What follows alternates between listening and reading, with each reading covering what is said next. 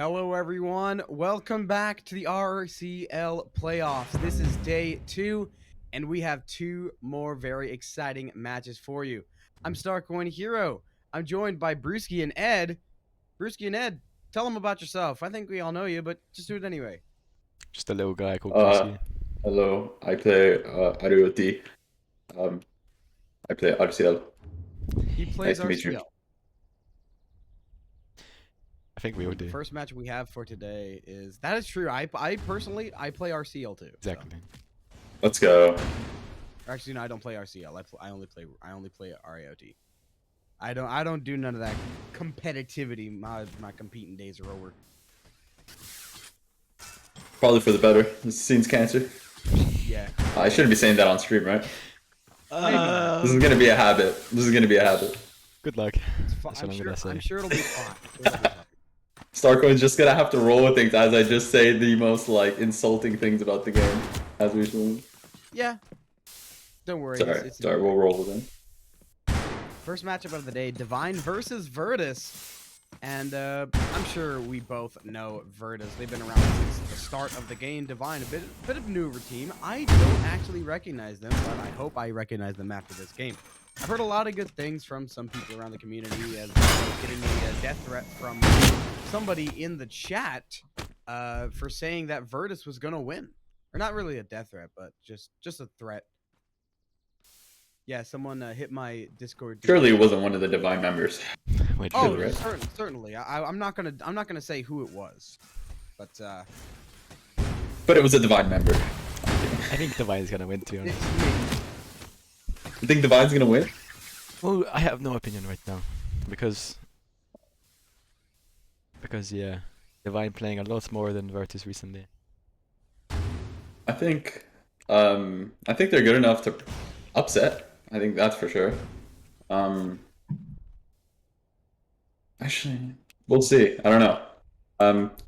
Of course, in the bracket, they are the 4th and the 5th seed, so they are the closest matchup that we will probably have unless NT and Element meet in the grand finals. So this will probably be a very close match. I don't expect this one will go in 2 either way. I don't think Versus is taking this in 2 or Divine's taking this in 2. I think we're going to see all 3 maps.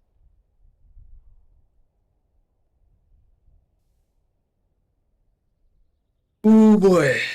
Alright, I think we're just about ready. The teams look pretty situated. Waiting on the organizers here now. I have to change one thing before we start, and then we can go. Okay. Change one thing before we start. You heard the man.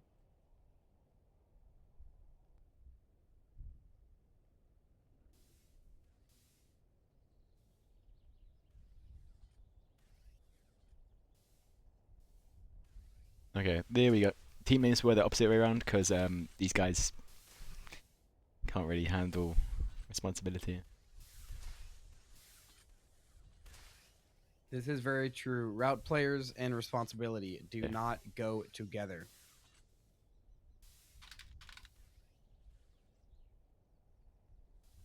See, even Gurus can't be typing that stuff in the chat. Yeah. It's gonna be in the VODs.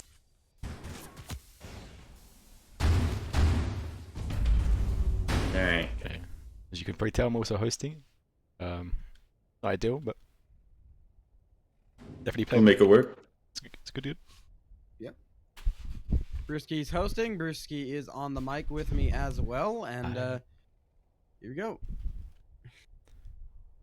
Okay, we're We starting. are live. Go ahead. Divine versus Virtus. Oh my God! 5 seconds in, Babo. Thunder Spear impaled. Bala falls. Ooh. What are we thinking about that? Pretty big considering they're rocking like 3 APG 2 TS on the VRT side, so part of their game plan just got taken out right at the start of the round. If that keeps happening, that's going to be a huge problem.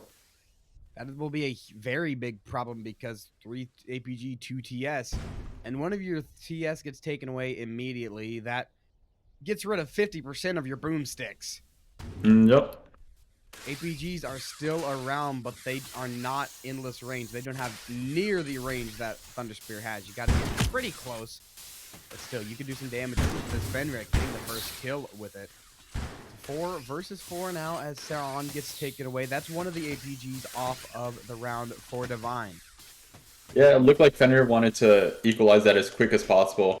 Didn't like the pressure that the 5v4 was causing on a team that's relying on range. So that was really good by him, jumping and getting killed, making sure he was safe and disengaging when he could. Yeah, no ODMs for Virtus, and only one on the side of Divine, so looks like we will be having a pretty long range fight for most of this map anyway. Training Force, probably one of the best maps to do it on. Is a very big map. There's a lot of possibilities for APG and Thunder Spears to just rain down. Oh, Pro's already inside. Yeah, And and gets taken down. Ooh. Bottom right corner, Soa gets the kill. Not a Bear falls. 4 versus 3 now for Divine. They've got the one-man advantage, but Jetro not letting it go any further. Fenrir getting another kill that's going to reverse the pressure, but it doesn't stay like that for long. Soa trays off Fenrir. It's a 2 versus 2. Thunder Spirit and APG versus APG and APG. Yeah, it looks like VRT was trying to catch them cornered, but Divine looked like rotated to Barracks a little too quickly and got the initiative there. It looked like Fenrir had to jump in to sort of equalize that once his team was caught a bit off guard, and even though he died, it looks like it worked. It's a 2-2 now, which is probably the best scenario you could get after being pressured like that. Joe in a rough situation. Safudi trying to follow, but he gets away for now. This is pretty close battle. This is 10 seconds left.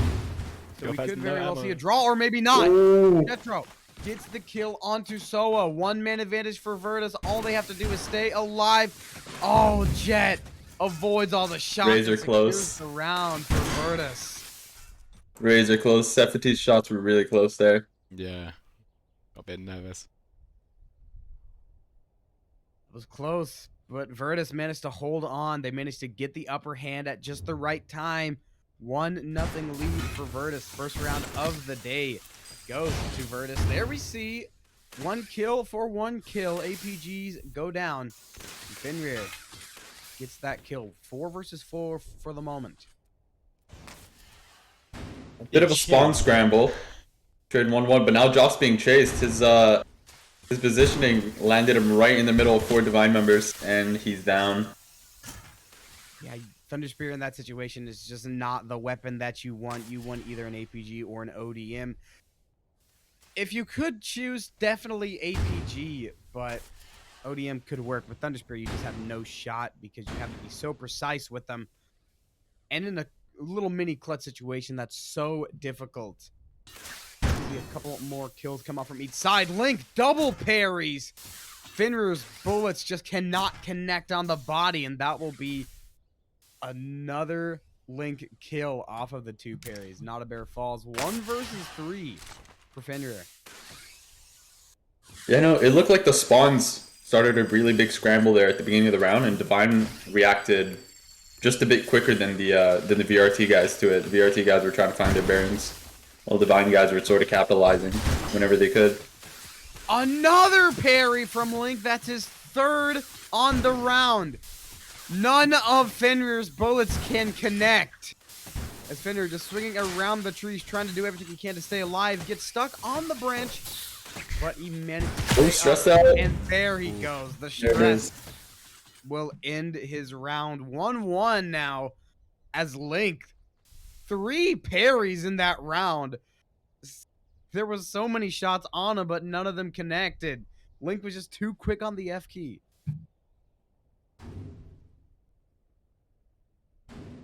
Now Virtus sticking together, but the straggler Bala gets taken down. That's Babo with the Thunder Spears getting the kill. And Divine with the upper hand early on this round. Virtus are going to have to be fighting off the back foot. As the flares go out, not much is revealed. Divine's grouping is really smart here. I actually like it because what VRT is going to try to do here is try to enter pick, try to relieve that pressure, and then go back. Oh, but Link's challenging Fenrir here on the side. It looks like they're trying to collapse instead of pulling him in. Fenrir is stuck between 3 Divine members. Thunder Spirit comes out. He manages to get away from it. But this is not where you want to be. Fenrir, he's still on the run. Not a Bear comes in for the rescue, but Fenrir might be able to hold him off by himself. Link falls. Fenrir finally lands a shot. Soa rolls away at just the right time, but he can't roll away forever.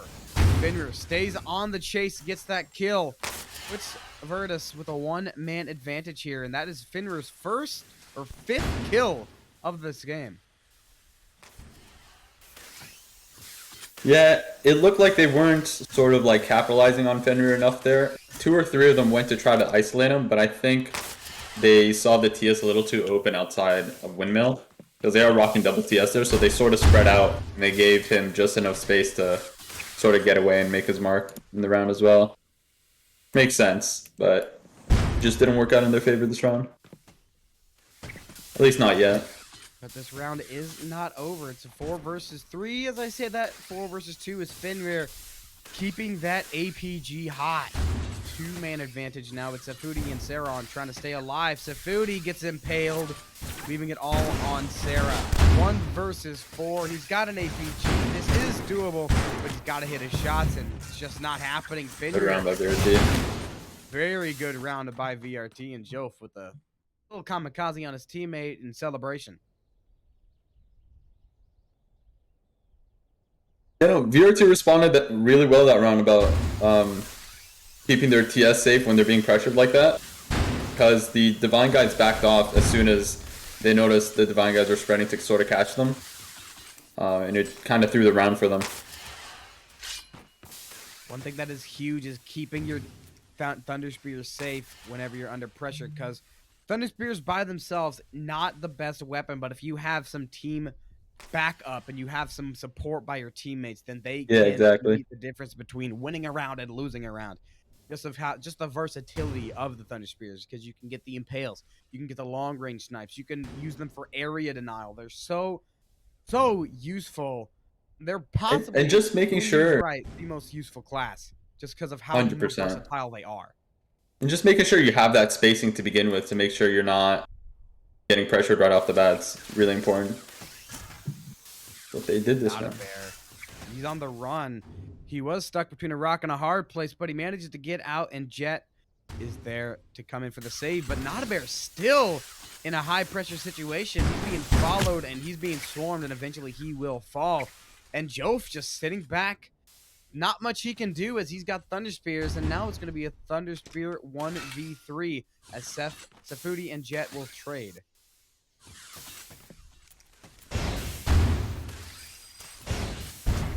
Jof looking to come in, trying to get 1 kill. Line catches on. They know exactly where he is, and Jof in a real rough spot. He just surrenders himself. He knows that he's not getting away from that. Divine ties it up at 2.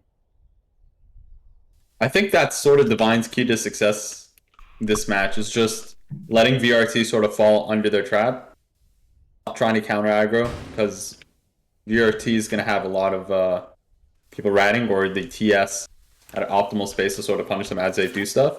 I mean, if the spawns sort of give it to them, then go for it, but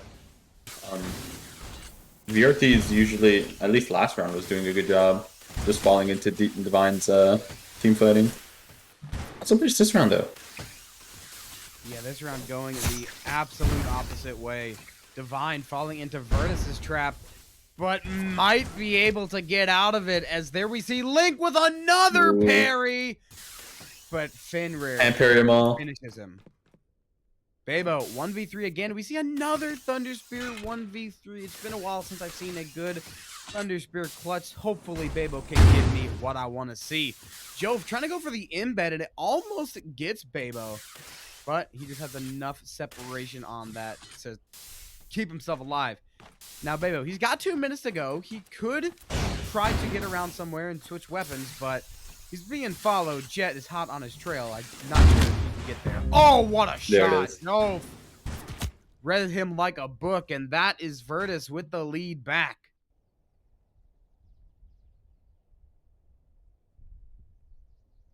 That was good pressure on the 3v1, making sure that you're closing the gap on him, but not being too predictable to just land a TS shot in your face. kind of just probing for possibilities there. Joff capitalized on it, so great run by VRT. Great round by VRT. If they can keep up the momentum, then they can get some separation on this match. Because so far, it has been back and forth, back and forth. Neither of these teams have had a 2-round advantage yet, and that could be a huge mental step up that they can use to fuel the further rounds. But right now, it's just been 1 for 1, and one of these teams have got to start pulling ahead. So we're just going to go back and forth all the way to 9-9. There's Sarah with the APG taking down Bala. That is Bala's 6th death. He has died in every single round so far. So that is definitely an unfortunate way to start this match off for Sarah. But his team's doing pretty good. He's still contributing. He's got 3 kills, so he's definitely not just dying without cause. Yeah, it seems like Divine's got a number on his flank pressure that he's trying to get. He's trying to play aggro his own way, and every single time Divine notices it, they capitalize and make sure he's dead before the team can help him. So Bala's going to need to do a little bit of adjustment if he wants to make his presence known this match. At least with that strategy. He's actually coming off of the Thunder Spear and going to switch to ODM. Might have a little bit better shot at the flank potential. So we got identical team comps now for both of these teams. We got an APG, or 3 APGs, and then 1 ODM and Thunder Spear. And it's the same on either side. Fenrir, APG. That might have just won the round. Up by 1 on the round. 3 versus 2 now, and that might be it. Not Bear takes down Babo, and now it's Soa, the bottom frag. 2 and 5. He's gonna have to even up his KD if he wants to win this round. Soa looking to get away. He's got bullets in his chamber, I believe. Fired 1, does not connect, and now he's stuck in barracks. This is a rough situation, but he somehow manages to survive. Virtus does not swarm him immediately. They let him get a little bit of separation, and it's the trade. It is capitalizing on his teammate. Soa takes down Notabear, and Fenrir trades him off. 2-round advantage now for Virtus, and this is exactly what I was talking about. Virtus, they have the chance to pull away, and that's what they are doing. Now, if they can ride this momentum all the way through to the next couple of rounds, they can really put some pressure on Divine. Okay, Divine's choosing to opt in and try to start the engagement here. I think the story of this match so far has just been they've been giving VRT a little bit too much map control. I think that's out of respect for VRT's APGs, but it's kind of counteracting because VRT has more chances to sort of position themselves for a kill than Divine does. He will. The TS game's 1-1 though. Fenrir's on flank. Look at this, but so is Safudi. Safudi might be able to get something done if he can make his move quick, but Fenrir's in that exact same position. Jared with the first kill of the round, and Fenrir trying to find the flank, and he does. After circling around like 2 or 3 times, he finally takes one down, and he's going to take another one with him over by Cave. 5 versus 2 as it's Sarah and Safudi, all that's left for Divine. Now it's just Safudi. Okay. But get one, and the Thunder Good kill by Spear Joff. takes him down. Ends his round. 3-round advantage now for Virtus. A lot of hesitation from the Divine guys. They at one point they had the 2 members separated from the 3 others. Link had them pressed against Windmill, but the rest of the Divine guys weren't really forcing the trades at Caves. If they don't start trying to like take control of the pace of this match, it's gonna go in VRT's favor. Part of it is taking chances like that. It's very good about that, and already 30 seconds in, 5-2 makes it a 4-3. Okay, winnable. As Sarah both find a kill. This round might be winnable, but Sarah's got to get up a little bit closer. That way he can get in an aggressive position to save Link if something goes wrong. Looks like Divine does manage to get back together for now. Sarah still playing a little bit too far out, and Link is just going to rush right into the Thunder Spear, leaving it all on Sarah again. He's got the APG. This is by far the best weapon to clutch with, but will he be able to do it? It's still a 1 versus 3. It's 3 amazing players. It's just not happening. RAoT's sort of waiting for the opportunity to present itself against Joff on TS when you're flared. Probably not the best idea. Eventually just going to get picked off. Definitely not the best idea. And now Virtus, 4 rounds in a row. They have momentum behind them. Divine, they're going to have to do something to switch up the game plan and try to throw Virtus off their groove. Because right now, they have been dominated the last 4 rounds. And early on, we've already got a kill. That's Joff with the Thunder Spear. Sawa does not let it get away. And Fenrir shoots at Link twice in a row. And Link survives again. Good parries. The parries are absolutely outrageous. And now Link, he wants more. He knows that he can parry Fenrir. He goes back. He felt a little overextended, yeah. Bala was coming to help. Bala comes to bail his guy out after Fenrir connects both shots, but neither of them get past Link's blades. And Link might just be the crick in Fenrir's neck. And Link takes down the support. They caught Bala, falls. And now it is a 4 versus 3. Not for long. Joff instantly equalizes it. Instant equalizer. I guess I'll throw a spear, I guess. That's one advantage that VRT has right now. They have the Thunder Spear. The Thunder Spear on Divine's side did fall. That's Bebo. No longer on the map, but Joff is still alive and kicking. Joff in a perfect place for a Thunder Spear right now. He's just the Overseer. That was so close. It's a foodie. Just manages to get away. Joff still just waiting. Soa falls. Soa gets picked off. Onto the foodie and Link. And now we've seen how Link can get those parries. He does it again! Just as I say, he can get those parries like it's nothing. He finds one more. He is so smooth with it. It's like the bread and butter. Down. Link and parrying bullets from Virtus. Link almost doing it again, but he manages to get away. It's a 1 versus 3. Got to fight 2 APGs and a Thunder Spear. Dodges the bullets, dodges 2. But he's got to get close. He's on ODM. He can't play this range fight. Fenrir falls! 1 versus 2. Don't reload in front of him. Don't reload in front of him. Okay, a bit of a reset. Oh, Joe! That was so close. That was so close. Just didn't have the range. And now, Link still alive. 30 seconds to go. One more kill, and this round will end in a draw if the clock runs out. But Link doesn't want that. He wants to go for the round. He wants to get the win. He needs both kills. He's to the ground for a little bit, but he's back in the air. Clock is ticking. Virtus might just wants be to single up in the TS. conservation mode. And Link, he's going for the Thunder Spear first. If he gets this kill, he ties up the round, and this will be a draw. But Virtus they're going for the draw. is going to run away. They know they have the one-man advantage. They don't have to risk anything. And Virtus, very smart play. Yeah, they gave him a little bit of an opportunity there when Jet double shot, but he decided to go after the TS. Joff did a good job just turtling after he missed his shot and didn't give him the opportunity. It's very hard for an ODM to hit somebody that doesn't want to be hit.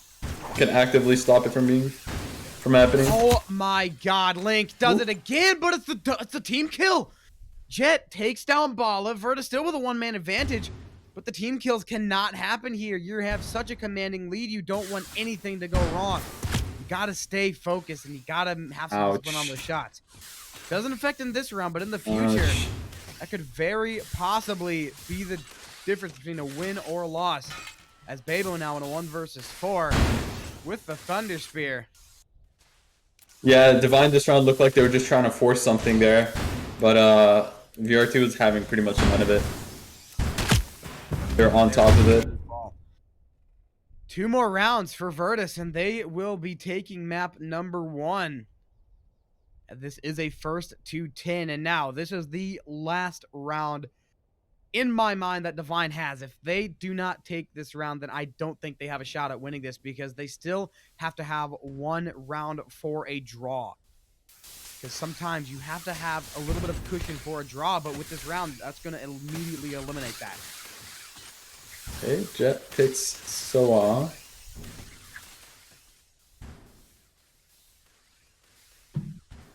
Now, Safudi and Bebo, they are double stacked over Nice Freedom. Thunder Spear Bebo, shot. long range shot Wow. takes down Figure. 4 versus 3 in favor of Divine. This is exactly where Divine want to be. And of course, with Joe still alive, that's going to force him to play a little bit more back because they cannot risk him getting taken down because he's been such a Such a menace this match, yeah. such an important aspect of Virtus' success.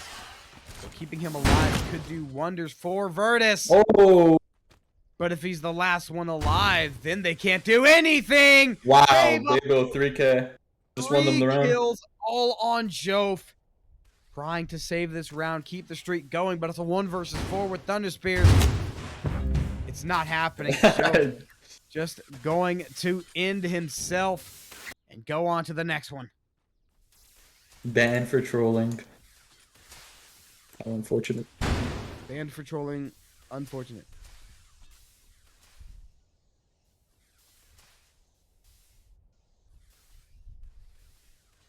Now, 5 versus 5. We are back to an even slate. This is round number 12, I believe. And the flares coming out. So far, no engagements coming out. And Link does it again. This guy's F key must be macroed. Does not make sense how many times he can get these parries. Yeah, so he's perfect on the timing all the time. And He's definitely just fishing for them. Every single one of them. Definitely fishing for them. The issue is, be a lot more effective if he had teammates there that were going to capitalize on his ability to just stop all these parries. Because the APG guys are like, oh, okay, you blocked that? All right, let me reload. Let me shoot it again. And then you block that. And it sort of forces a stalemate to happen. You'd want people next to Link to sort of like capitalize on the fact that the APG needs to reload or something. But he's doing a really good job just like placing pressure there when it needs to be there. So, yeah, good on Link. There's Bebo with the Thunder Spear. He's still getting work done. Blink finally falls. And Fenrir chases Bebo down. That gets rid of the Thunder Spears. It's 2 APG versus 3 APG. 1 man advantage for Virtus. And it's a 2 versus 1 now. Sarah, last one alive. And this is definitely a round that Divine would want to win just to keep Virtus off of map point. Map point is such a huge advantage with the draw rule. Yeah, it looks like at this point Divine are just playing off instinct, really. It doesn't seem like the latter half of the rounds have any, I'm going to say coherency, but any like overall strategy to them. It seems like VRT shut down a lot of the attempts they're trying to make, whether it be playing off TS or playing off picks or playing aggro. Seems like at best they get rounds that are traded, so they're kind of just going through the motions at this point. Yeah, it seems like they start off the round with a plan, but once it devolves into madness, they start losing coordination and coherency, like you said. Yeah. Because once you start a round off hot, you can just ride off of that momentum off the first couple of kills you get. But if you like take a couple of kills and they have a one-man advantage, then you start panicking. You don't know what to do, and that's where Virtus is taking over. They've got a little bit more. Bit more experience in those situations, and that's where they're really dominating this match, and that's where they won that round as they left Sarah in a 1 versus 2. He was the last one alive, and now Virtus shuts him down. Match point for Virtus. One more round, and map 1 is going to Virtus, but the score is 9-3. Divine need to win out. Jet takes out Saran. Start the streak. Jet with the first kill of the round takes down Sarah. That's one of your APGs in the ground already. Bala takes down Link. That's your parry guy. Yeah, Bala's been in windmill for a while now, and Divine hasn't really capitalized on trying to take him down early. It looks like Divine's just trying to make anything happen at this point. At least at the start of the round, they're just anything that could give them a spark. Playing off of desperation, but Virtus knows exactly what to do. You cannot play off of desperation against such a good team. They're very coordinated. They know exactly what they need to do. Right there's a great kill that will take down Fenrir. Makes it a 3 versus 3. And Not a Bear with a huge flare will cover all 3 remaining members of Divine.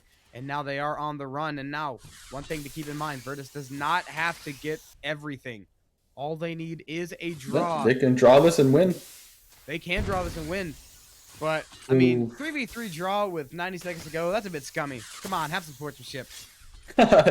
Job heard you. He took that snipe, and now it's a 3v2 on VRT's side. He took that personally, and now they have the one-man advantage. If I were VRT here, I'd start pulling back. I would force Divine to come to them. Make sure you play off of the trades, because they don't need to rush anything. I'm not saying completely run away, but I am saying don't force any fights you don't have to force, because one more drop. Yeah, it looks like they're just keeping a little bit of pressure, opening things up for their TS. Not really playing it safe enough right now. There it is. Not a profound drop opportunity. He sees the easy kill, and Babo, he's cornered. This might be the end of the game, Babo. He's just letting it go. Map 1 goes to Virtus in dominant fashion. 10-3. Divine starts this day off on the back foot. GG's. Yeah, it looked like VRT just had... They established... They tried establishing pressure early, but Divine was doing a really good job of just picking them off as they were probing for opportunities. So their VRT's lineup was a little spread, and Divine was capitalizing off killing them one by one. But the second VRT sort of took control of that. They didn't throw themselves into like unnecessary situations where they can't get cornered. It was always Divine trying to respond to that, and VRT had an answer pretty much every step of the way. So yeah, good match though overall. And Divine can certainly bring it back in the second match. They just need to make some adjustments. That they do, and I think they need to get better in the middle of the round, because that's really where Virtus started to shine.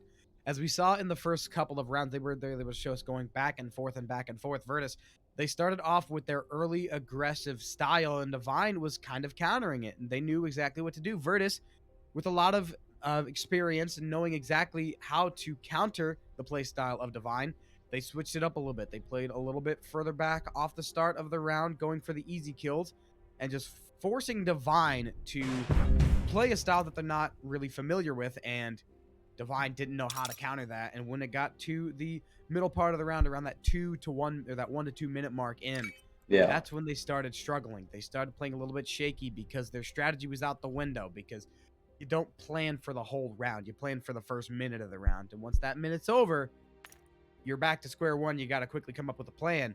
And Virtus, they already know exactly what to do because they have talked this over many, many times. Yeah, Virtus is such an old team, and Fenrir, who was the top fragger last match, he's been playing since the very beginning, since you casted the first official tourney. Yeah. So he's pretty much, he's seen it all. Same with Not a Pro as well. Virtus has been around since the start of the start. And some players on Divine have been around since the start as well. But I think Virtus just have a little bit more team synergy as they've been playing as a team forever. I mean, Fenrir and Not a Pro, they've been on Virtus since they won the very first tournament. Yeah, I think it's just those guys, Not a Pro, even Jet's a newer player, but he was doing great that match too. Joff, they were taking control of the map space. They were in control of what opportunities sort of present themselves. And that comes with, obviously that comes with a lot of game sense that's involved as well. But a lot of it comes down to just confidence as well. Knowing, doubling down on the things that you believe are the right things to do. Divine didn't really have that. Divine needed something to present itself in team fights or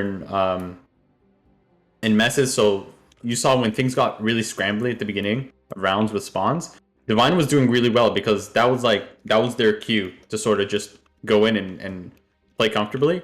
But when they didn't have those sort of sparks that they can just go to, it was not their pace. And yeah, good job on VRT first map. Yeah, and really good job on switching the play style. Like we said, is we saw how quickly it changed from back and forth to all VRT. It was like the flick of the wrist, the snap of the fingers, the flick of a light switch. It was real fast. So if they can do something like that on Underground, then we might just be seeing a 2-0. But I think Divine might know what to do now. They've felt VRT out, and once they got it going, they could get it going. We saw this. Yeah. Whenever they were in the team fights, they can get the one-man lead or the two-man advantage, but they just could not control it. So if they can keep the momentum going and play off of those 2 kills and those advantages, and they can just keep on pummeling VRT, then they will have a shot here. But we will just have to see as map 2 is now underway. Virtus versus Divine on Underground. Yeah, Divine needs to be careful because Underground here is an even bigger map for Thunder Spears, and their TS was not keeping up with VRT's TS pressure. They need to make sure that if they have the man advantage, they have a coherent plan on how to execute that man advantage, or else Joff's going to equalize it, or Fenrir or Jay or whoever is going to make it a 3v3 and make it really uncomfortable for them again. Always got to be careful about the Thunder Spears on huge map.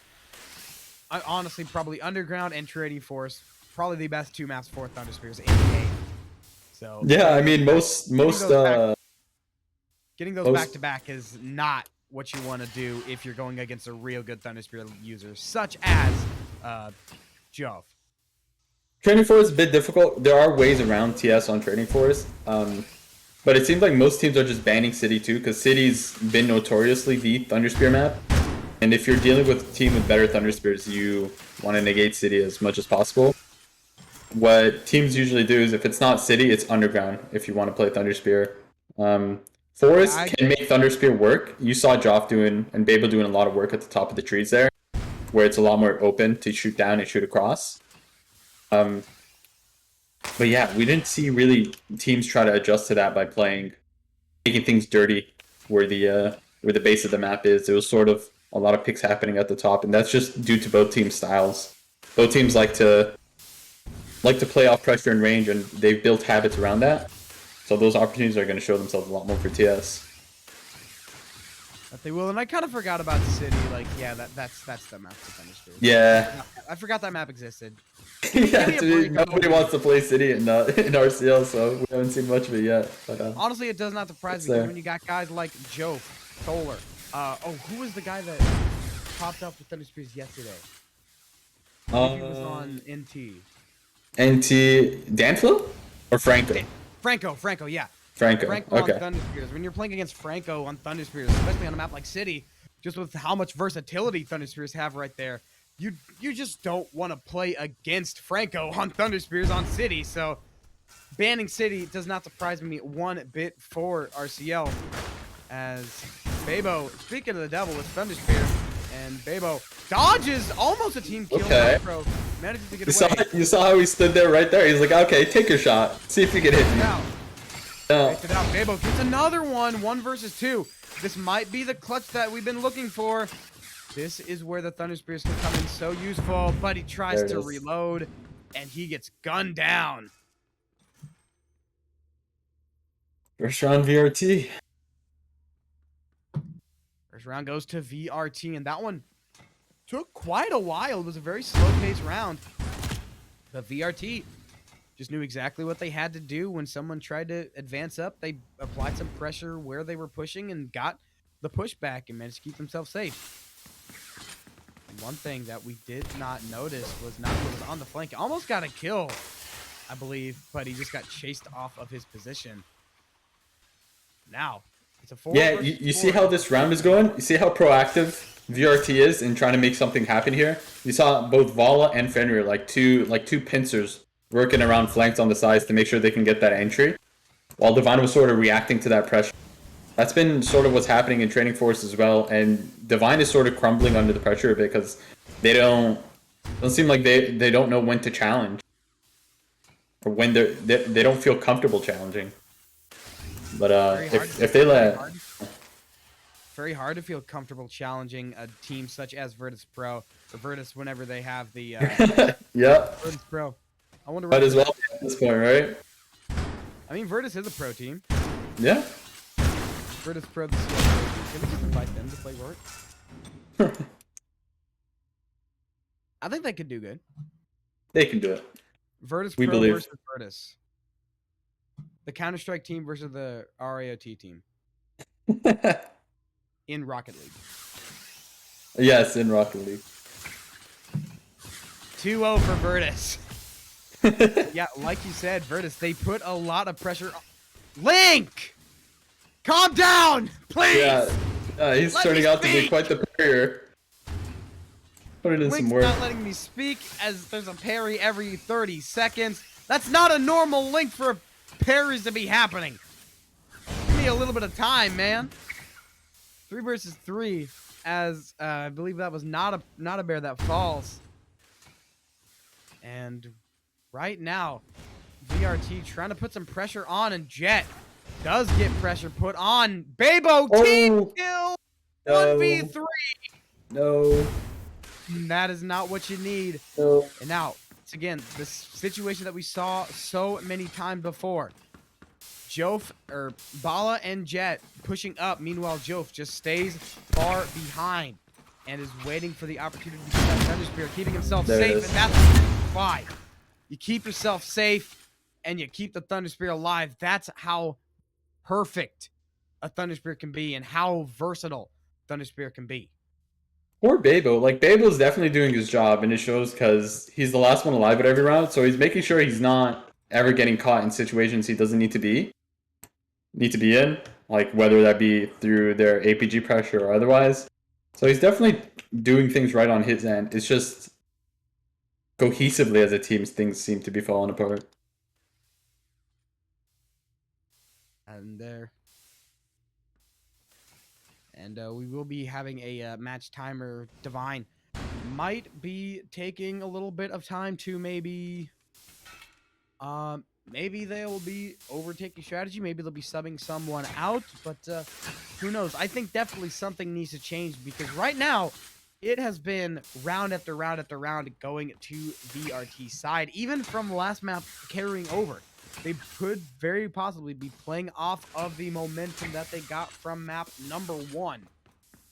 Because series momentum doesn't stop just because a map changes. You can ride that momentum all the way through to the next series. Yeah. Yeah. Bala typing in chat, came back in, calling himself, or saying, I'm playing Grizz as Lana. Seeing if he could pop off here. Gone Grizzin. Yep.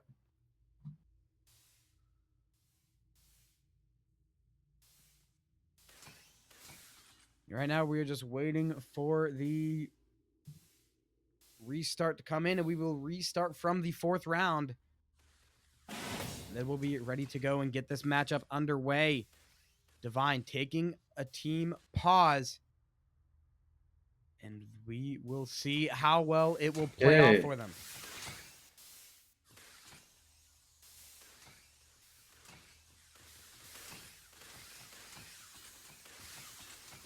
Five versus 5. Bala and Nada Pro getting posted up early. And Jet gets the shot off on Link, and Link gets another parry. Somebody, please tell me someone's keeping count of how many times this guy's got a parry. Oh, Bala challenges Sefty's pressure there. Sefty falls. That gets rid of one of the APGs. But Soa is still alive, and he's still doing a lot of work for Divine. Sarah, his round does not last long at all as Bala is still there, causing problems. Bala on the chase, now trying to get rid of the Thunder Spear. It's going to be not a pro with the shot on Soa. 2-man advantage now with the 4 versus 2. Link and Babo last one alive. We got a sword and a Thunder Spear left for Divine. Yeah, that was a bit of an awkward round. I feel like Divine was rotating one way and VRT was pressing off both sides. And they challenged a little bit on their initial pressure and they went back and they got caught by the by the VRT guys behind them. Anything's really awkward for Divine. Now, Bala just waiting for Link to come out. And he waits to the perfect time. Dodges the bullet. But Chobe and Fenrir both find kills in the round. And the team kills start coming out. 4-0 for Virtus. And Divine, they are struggling. They take the time out, but it only ends in a dominant loss. Or a decisive loss, excuse me. That's super bad because they were hoping to reset the momentum there, try to swing things their side. But now they got no pause and the pressure's still being placed by VRT. In rear. Beautiful. Great flare right there. That's going to expose all of Divine's members. And it comes off of a kill. The Link will be the first on the Divine side to fall. Soon followed by Soa. Here's Jet being chased by 3 members of Divine. The whole squad is coming. But Jet trying to take him down with him. Oh, Jet gets good round another by one. Jet. How Amazing is he round by getting Jet. away from this? He's going to look for the last one. It's all on Safudi. It's a 1 versus 3. It's APG versus 3 APGs. And this is going to be a real rough round to win. Safudi, I know he can do it because he's real good on those shots. He gets the first one, but the second one eludes him. 5-0 for Virtus. Yeah, Jet was in there. By all means, Jet should have died that round. He was in Divine by himself while they were trying to pick him off, but he won the 1v1s as they were dripping in to punish him 3 times in a row, and that pretty much set up the round for them. Good stuff by Jet. And it did. Jet with a little mini clutch over there in the corner, really keeping his team alive. Never see a trade-off. This time it's Safudi and Jet, both killing each other, and that's going to take an APG off the board for both sides. A parry, but this time it's not by Link, it's by Bala. Manages to keep himself alive and gets a kill off of it. Oh! And Fenrir just Oops. shoots him down. A little bit of the team kill right there. The team kills cannot happen. We've got to stop with the team kills, guys. Alright, Joff's like, I got you. We need to even things out. I'll just shoot this real quick. Match is even. It's going to be Fenrir to put his team up by 1. And now Bebo trying to save this round. They've got to start tagging rounds at sooner or later. Hopefully it's sooner, because I just don't know how much more Divine have left in them. Score is 5-0 after this round. Virtus takes it, which they probably will. It'll be 6-0 for Divine. This might be a must-win. Player comes out. Bebo manages to spot out 1. But Virtus, they're not getting aggressive. They're going to make Bebo come to them because they know they don't have to. Looks like they're going for resupplies. Oh, just misses. Bebo read that.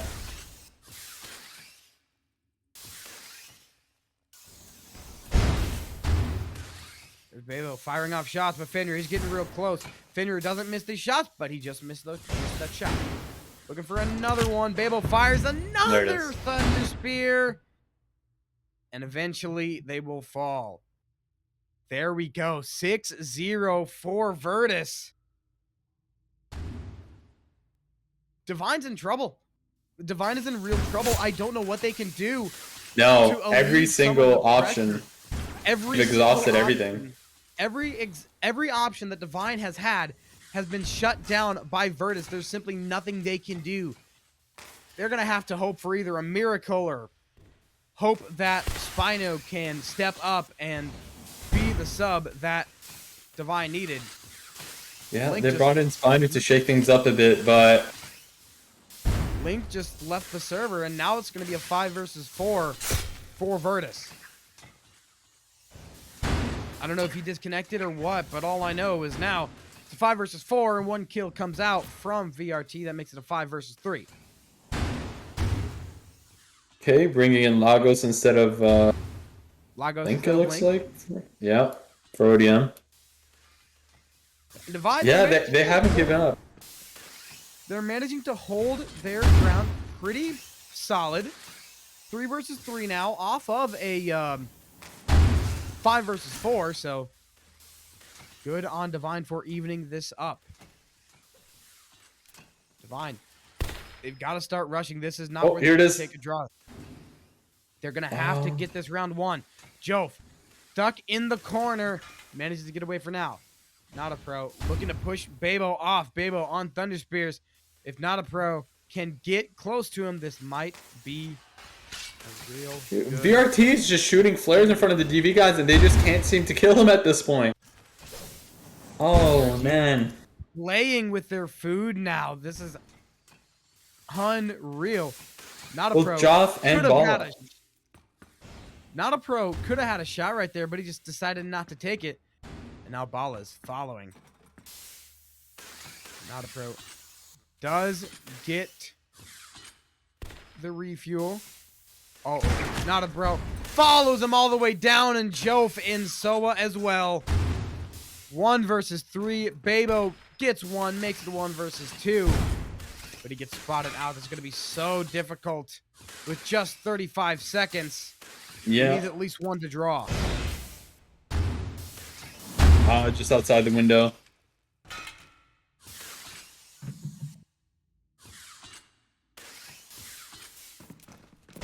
Oh. Oh, Babo embedded himself. I was going to cry. 1 versus 2 still, and he's just running away. He needs to reload. Not a pro read the embed and stepped away before he left the window. There's nothing he can do. He's out of spears. He's just going to wait. There it is. Okay, a bit of a shakeup in the Divine lineup here. Hopefully it pays dividends, but things are not looking great for them.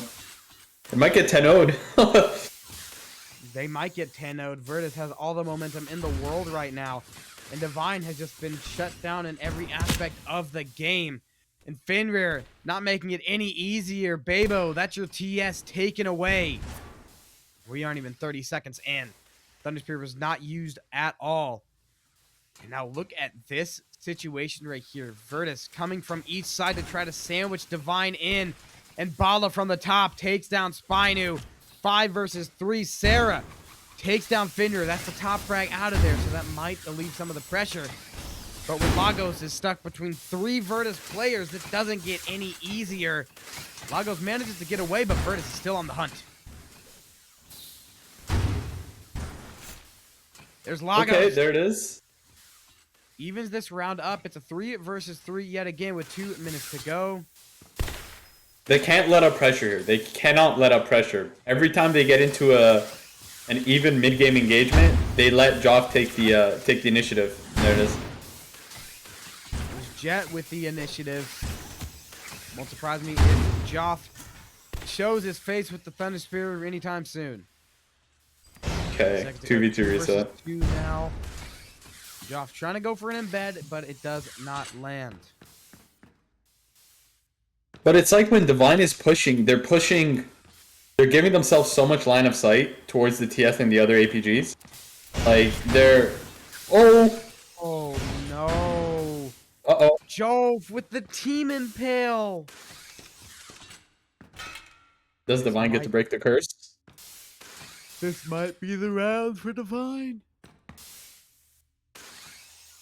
Yeah, it seems like every time Divine is trying to, like, close the gap, they're providing so much line of sight. They're putting themselves at so much risk to try to make things happen. And I think that's because they're uncomfortable with that pace. They just kind of, they don't know how to position themselves before they really need to go in. And it's giving VRT a lot of opportunities to either equalize or take the advantage in those mid-game fights. Here we see Joe for the 1 versus 2. He gets away for now. He's still trying to get 1 kill. He does! Oh. We might be getting a draw. Joe, he's running away. If he can get away from this round with another point, this would be absolutely huge. Soa's on the chance. Oh, Soa running around, juking him out, breaking Soa's ankles, and Joe just running away. He doesn't need another kill. He gets the 1, and he's got the point secured. The 10-0 is no more.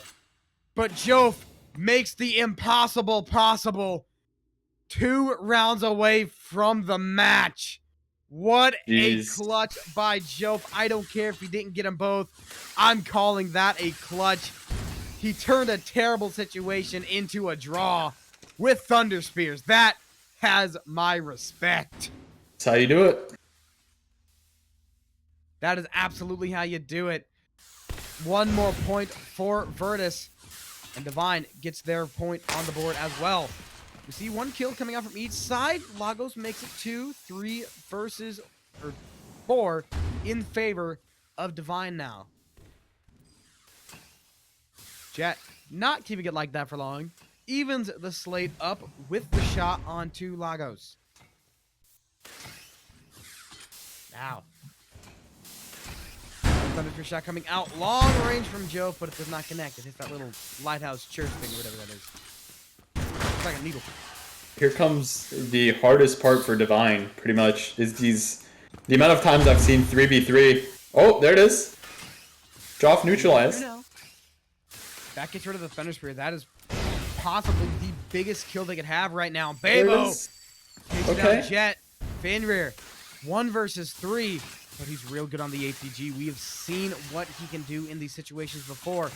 He does get flared, so Divine knows exactly where he is and where he's going to be. And there he will fall.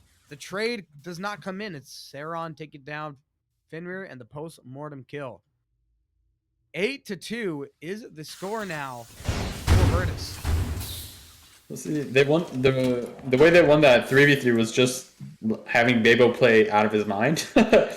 I don't know if that's going to be a consistent strategy for them winning those mid-game or mid-round games, but yeah, if they could just make it work in the middle, because the trades happen so evenly at the beginning of the match. Not this round though. Apparently VRT is 5-4. Yeah, Soa falls early, and now Virtus looking to push in and extend the advantage or expand the advantage. Maybe a 5-on-3 if they can get a good kill, but Jove! Another team impale. It's Fenrir on the receiving end of this time, and Virtus might be getting a little nervous. Gotta be careful. Another 3v3. This match is not over. You gotta be careful. It's a 6-round lead, but a 6-round lead can be come back from. All right, it's 3v2 now. Lagos disengages after trying to chase Jaw for a bit. And it's Bala and Jof, so there is no APGs left. It's going to be all long range or short range engagements. There are no more mid range for Virtus. Meanwhile, Divine, they still have their APG online, so they can keep doing the mid range fights, and they can keep taking those and keep applying pressure on Virtus from all ranges. You think the mantra at this moment is just take no unnecessary risks. Part of that is not showing yourself until you need to be shown. So Joff does not get to do what he wants to do, but Joff's gone 3. Yep. There it is. Joff got all 3 flared, and they're sitting up in midair. Allowed him to equalize the round. That's not great. That is not great for Divine. But for Virtus, it is everything you could ever want. Bala is sniping. Jove, he reads it perfectly! Final fall to the 1 versus 2, but not for long.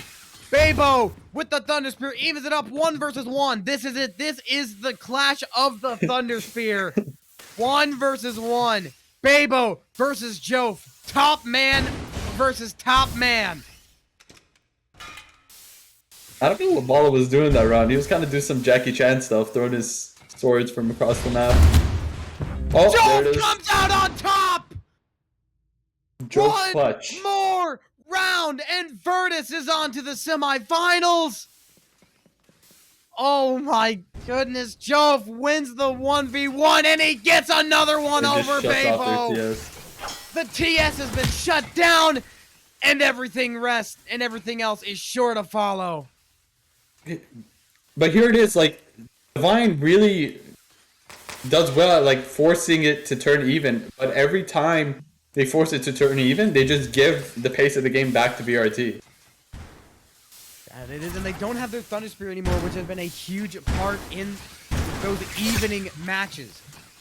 There you go. With the Thunder Spear, they've been able to take the long-range engagements and shut down Virtus, but now there are no more long-range advanced They have ODM and APG. They got close and mid range. The long range strategy is off the table for Divine.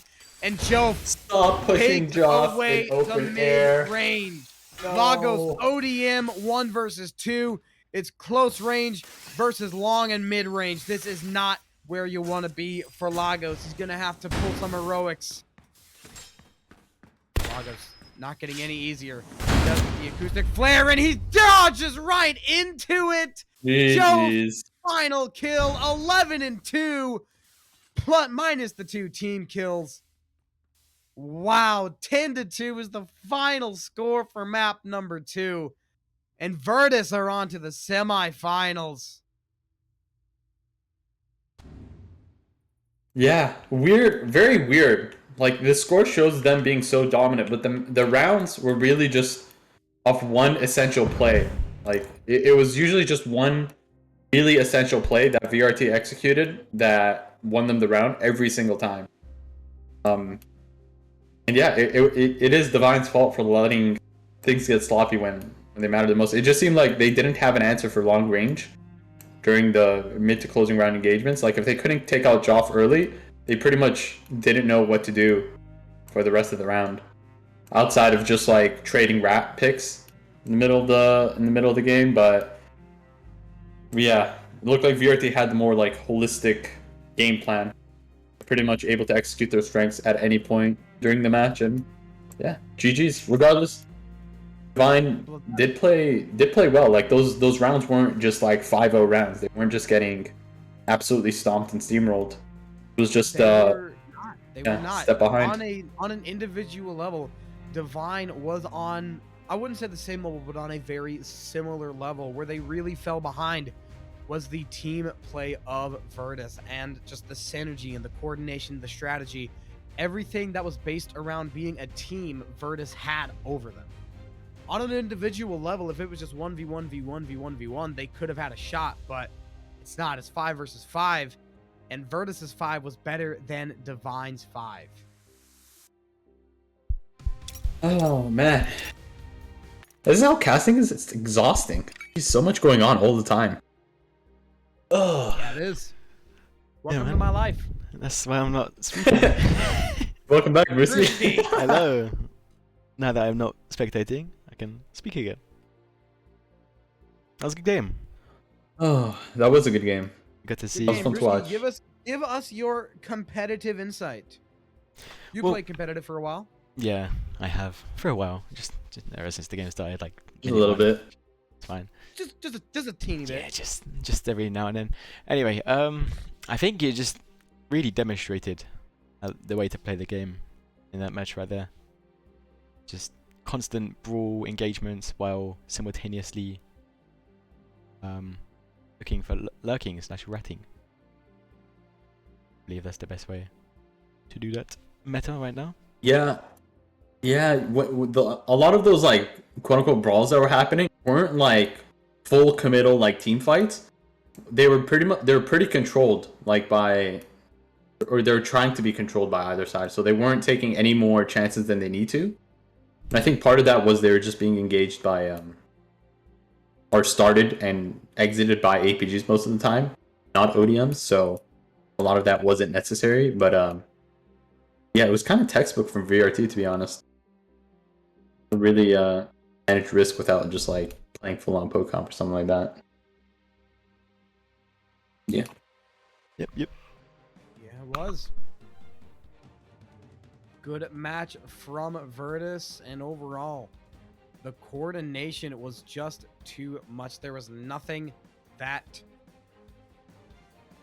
the other team could do. Divine was just shut down in every aspect of the game. They had the mechanical skill on an individual level, but as a team, Virtus just came together so much better, and that's what led to them getting all those rounds, and all of those rounds stacked up to 20 rounds total, and it was a very decisive victory for Virtus both rounds, or both maps.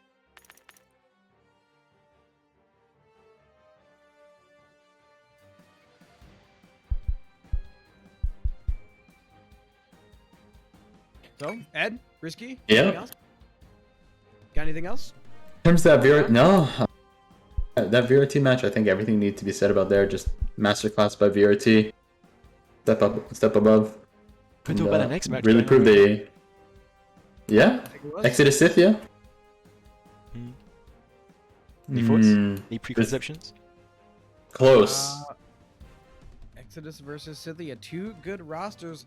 Once again, Exodus, the higher ranked team. Let me get out the ladder real quick so I can look at the points. Exodus 217 points, meanwhile Scythia 199 points. So Exodus with a little bit of an advantage, but overall I don't think this will be a domination. I think this is going to be a very close match, and I think we might be going to all 3 rounds, but who knows? I said that about this match, and Virtus just came out and completely mopped the floor with Divine.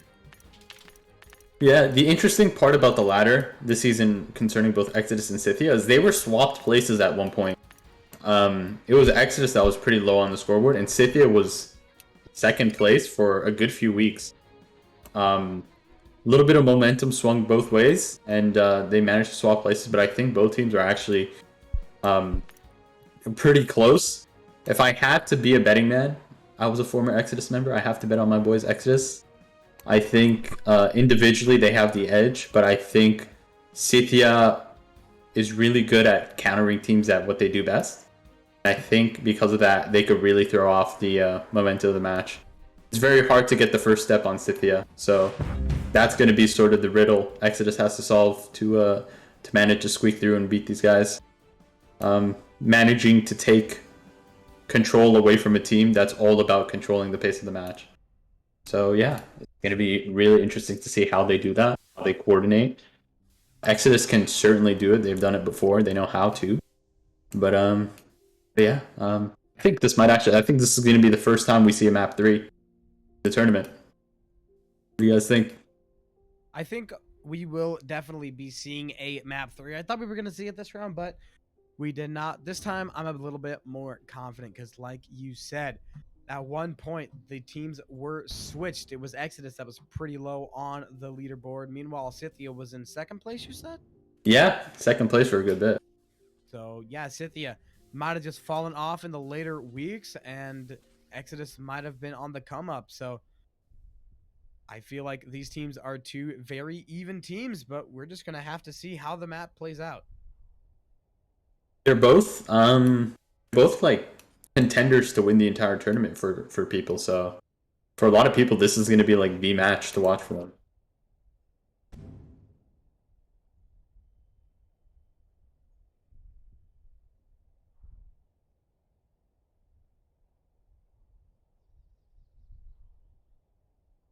Okay, just getting the match set up.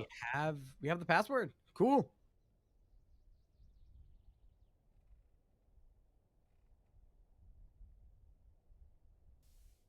Hey, 1 TS both sides. Doesn't look like either's going to rock a 2 TS setup. Actually, their comp's pretty mirrored. 1-3-1, 1 sword, 3 APG, 1 TS. Okay. Yeah, it is very, very similar. And of course, first map will be City. We were just talking about how Thunderspear oriented City was. City, the best map for Thunderspears. I'm surprised that neither of these teams are actually deciding to go with a second Thunderspear or maybe even a third Thunderspear. Yeah, funny enough, both these teams have the same weapon composition, but both play that weapon composition in very different ways. I think that just speaks to the nature of team elimination, allowing people to just express their styles to the fullest.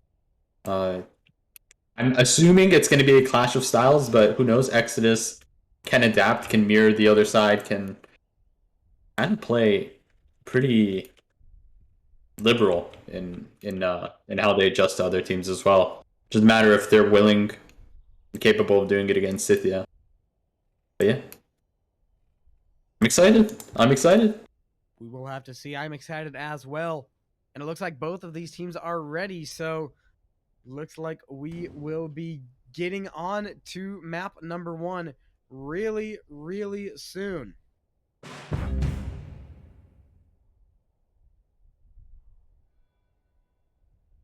before the match, Nell was telling me, if you're casting, can you please shout out every cool play I do? I'll try my best, Nell, but no promises. No. No. I No. might just as equally No. call out when you get No. sniped. No. No. Who knows? No. I'm not going to do it. Nell, you don't. Who said that? Nell Nell? from Exodus. Where? I don't see it. No, he said it in my DMs. Oh, he said it in your DMs? Yeah. Okay, well, Unfortunately, Nell, he didn't wire me the $100 not happening. to do it, so it's not gonna happen. Wire me $100 and I'll scream over every kill you get. I'm just kidding. You don't have to wire me any money. Don't wire me money, please. Wink, wink. Do not wire me any money. Wink, wink, nudge. Ed. I'm joking. I'm joking. Yeah. Wire Brewski money. Yeah, wire Brewski money. I'll accept it. He'll just. I'll only spectate Nell for the whole game. You can't be saying that in stream live, man. Corrupt staff? I mean, $100 is $100. $100. I think we're starting now. We are. Okay. We'll see. We'll be live on the restart. And here we go. It's Exodus versus Scythia. City is the first map.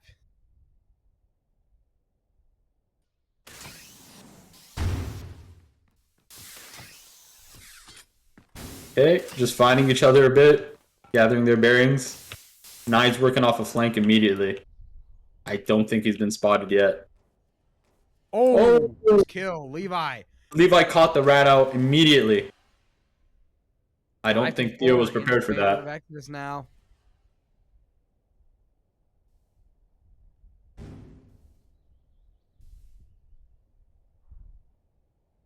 Now, Exodus just kind of gathering over near the church. Okay, this is interesting. In a little half circle position, looking to get Yeah. aggressive as the flares They played come out. they played the entry. Okay. Yeah, they played the entry. They found Theo right in the middle, riding behind a building. And now they're disengaging and they're letting Scythia come to them.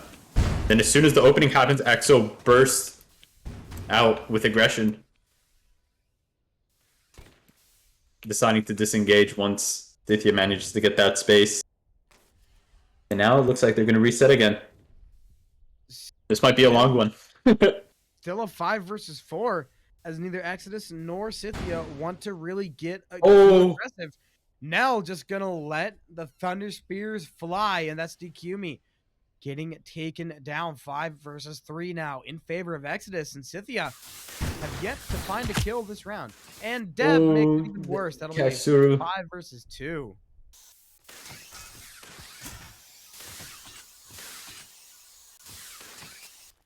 I think Starcoin disconnected from the match. I'm back. Don't worry. Oh, gotcha. I pressed the wrong button. Happens. I'm here. Here we see a 3 there it versus is. 1 now, as Levi Hackerman taking down Shiro. It's all on typical. There it is. First round Tries EXO. to get away. Okay. I think I'm starting to get a read on this match. What's basically happening is Scythia is a team that plays very individually safe. They hide behind buildings, they try to get the advantage, and then when the advantage is not in their favor, they run away and try to reset and hide again for another entry. Oh, Theo gets picked off again. But what Exodus is doing, at least the past couple rounds, is they're making sure that they're catching Scythia as they're trying to get situated in their hiding spots and getting that entry, and then making Scythia do the work for them for the rest of the round. Because now that they're man behind, Scythia has to start the aggression, and that's going to mean being predictable and coming to them. And then once that happens, Exodus bursts out and takes the round from them. It's a very viable strategy, especially because Exodus is very good at getting those first kill, the first engagement. Exodus, one of the best teams for first engagement, just because how all 5 players have such good individual skill. So if one of them can get a Yes. kill, they can easily dip on out of there and then just play defense and make Scythia come to them, and then just the kills keep on tagging on. So it will not surprise me if that's how this map goes at all. Yeah, entries are going to really set the pace for this match and the rounds. And also, if you see the way Scythia is spreading out compared to EXO, EXO is not letting Scythia get a rat pick without presenting themselves as being open to the rest of the Exodus team. So even if they manage to get a rat pick, they trade and the Exodus still has the advantage. All right, now things are a bit messy. They're just probing for opportunities to swing this 3-3 one way or the other. Scythia's trying to disengage. We are all evened up, and meanwhile, Exodus is still on their tail. They're not letting Scythia get any room to breathe. But Shiro waiting for that flank to come in. Deb notices it, but Shiro has the better shot. Gonna be a 3 versus 2 now. Scythia with the one-man advantage. The typical, most likely going to fall him. Yes, he will. Levi Hackman lunges in and ends Typical's round. He's not getting away from that. Yeah, EXO's sort of forcing, once they get into that mid part of the round, once they really are trying to force things in their favor, because they know that's the time to really do it. But they need to be careful, because if they overextend and Scythia manages to regroup as this is happening instead of trying to just play for their own lives, they could get refragged and lose the mid round like that. Got to be careful, and you got to be careful about leaving There Levi in a 1 versus 2. Yeah. He's one of the best ODM players in the world, but against 2 APGs, anyone's going to have a rough time. Yeah, no, Scythia's no slouch. They can win rounds off anybody. It doesn't matter how good you are in the game. If they play it well, they can beat anybody. Oh, the sword throw from Nye doesn't connect, and that will be the round timer running out. 1-1 now is the scoreline.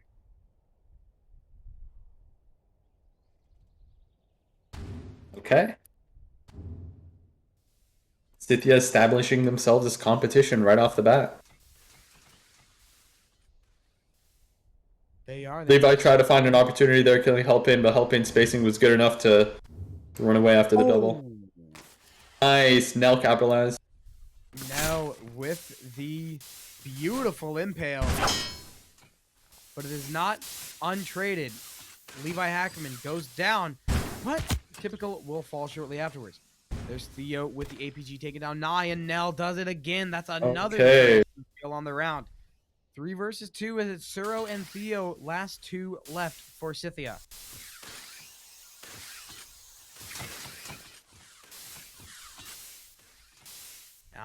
Now, looking for Suro, fires off a shot, and it does not connect. It's Deb, Nell, and Eris, last 3 left alive for Exodus. Meanwhile, Suro trying to go in, see if he can get a cheeky kill and take down Eris, but that does not happen. Yeah, this round's played really weird so far. It's like a mesh. Exodus is a weird team that individually they mesh a bunch of different styles together. Scythia is more one note. They're pretty much all trying to ride out kills without themselves being put in danger. But Exodus they've got weird TS pressure. They've got people trying to rat, and they've got people trying to team fight at the same time.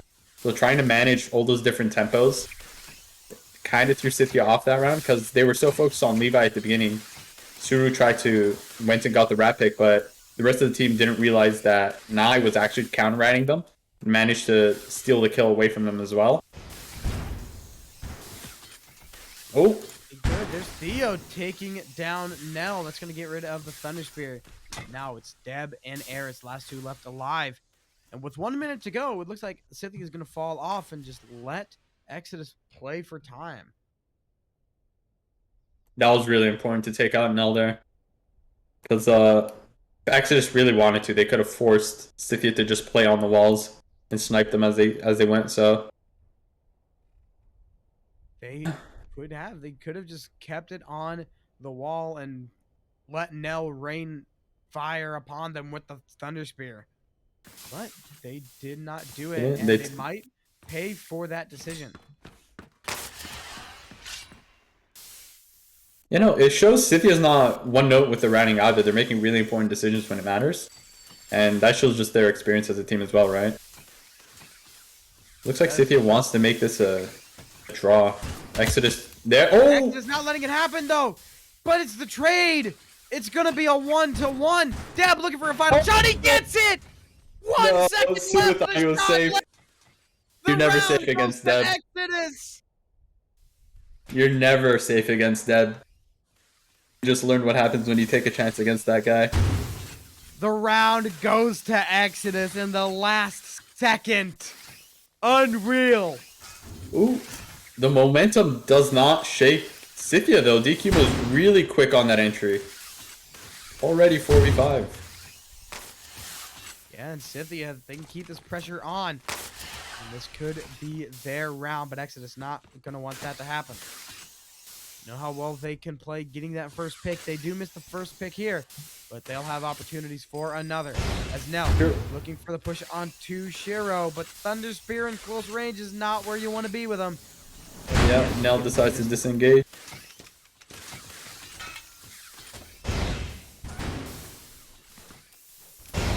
Bit of team fighting happening at the corner there. Oh, you do not want a team fight in a 2v4.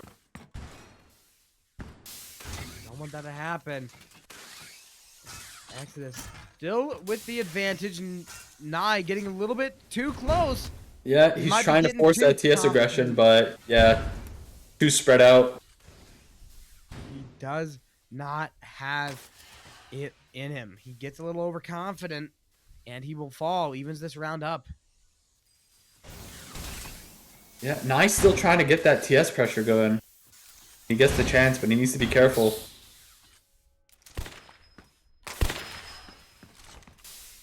Players start to come out, looks like. Oh, there, 1-1. Nye Two gets from each side. Nye. relentless counter-ratting. Oh, now Nell's in trouble here, though. Spear, he's in a lot of There trouble, it and is. the APG comes out on top. Speaking about relentless counter-ratting, Shiro manages to take out Nell. But it's a 2 versus 2. It's Nye and Deb versus Typical and Shiro. Yeah, Exodus you have to 2-1. establish flares all the time during this match. At all points, you got to make sure you're flaring before you refuel or anything, because Scythia is not going to make themselves seen against you. Not they're gonna let this time run out. But Exodus, not sure if they want that. We saw how they reacted in a situation like this a couple of rounds earlier. 30 seconds left, and Exodus is starting their push up. Yeah, Exodus do not want to draw rounds. They don't. Need to be careful here, because this is a good area for TS to do their work. Oh, there it is. They did not want the draw. And Got a they little bit did too not get the predictable. win. A little bit too predictable. 2-2 now. Exodus and Scythia both going blow for blow. But who will be the team that really takes the lead here?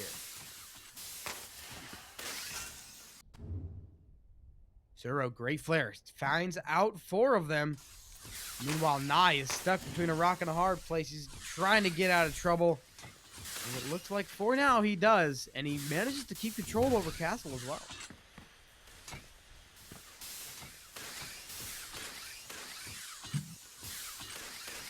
Yeah, Theo just waiting for the right opportunity to flank them there. Oh, DQ me with the first DQ. shot comes out. Deb falls. 5 versus 4 now for Scythia. Now Levi. He's on the chase. Shiro not letting himself get too close. Levi gets the kill down. That's Suro falling. Now Levi, he's on the chase for DQ me, but he's going to turn around. He does not want to take DQ me on straight on because he's got an APG. Yeah, And the straight on team. shots on APGs are not what you need. Oh, typical takes out Nell. There goes Nell. That's the Thunder Spear down. It was the Thunder Spear that ended him as well. It's a 4 versus 3 in favor of Scythia now with 90 seconds to go.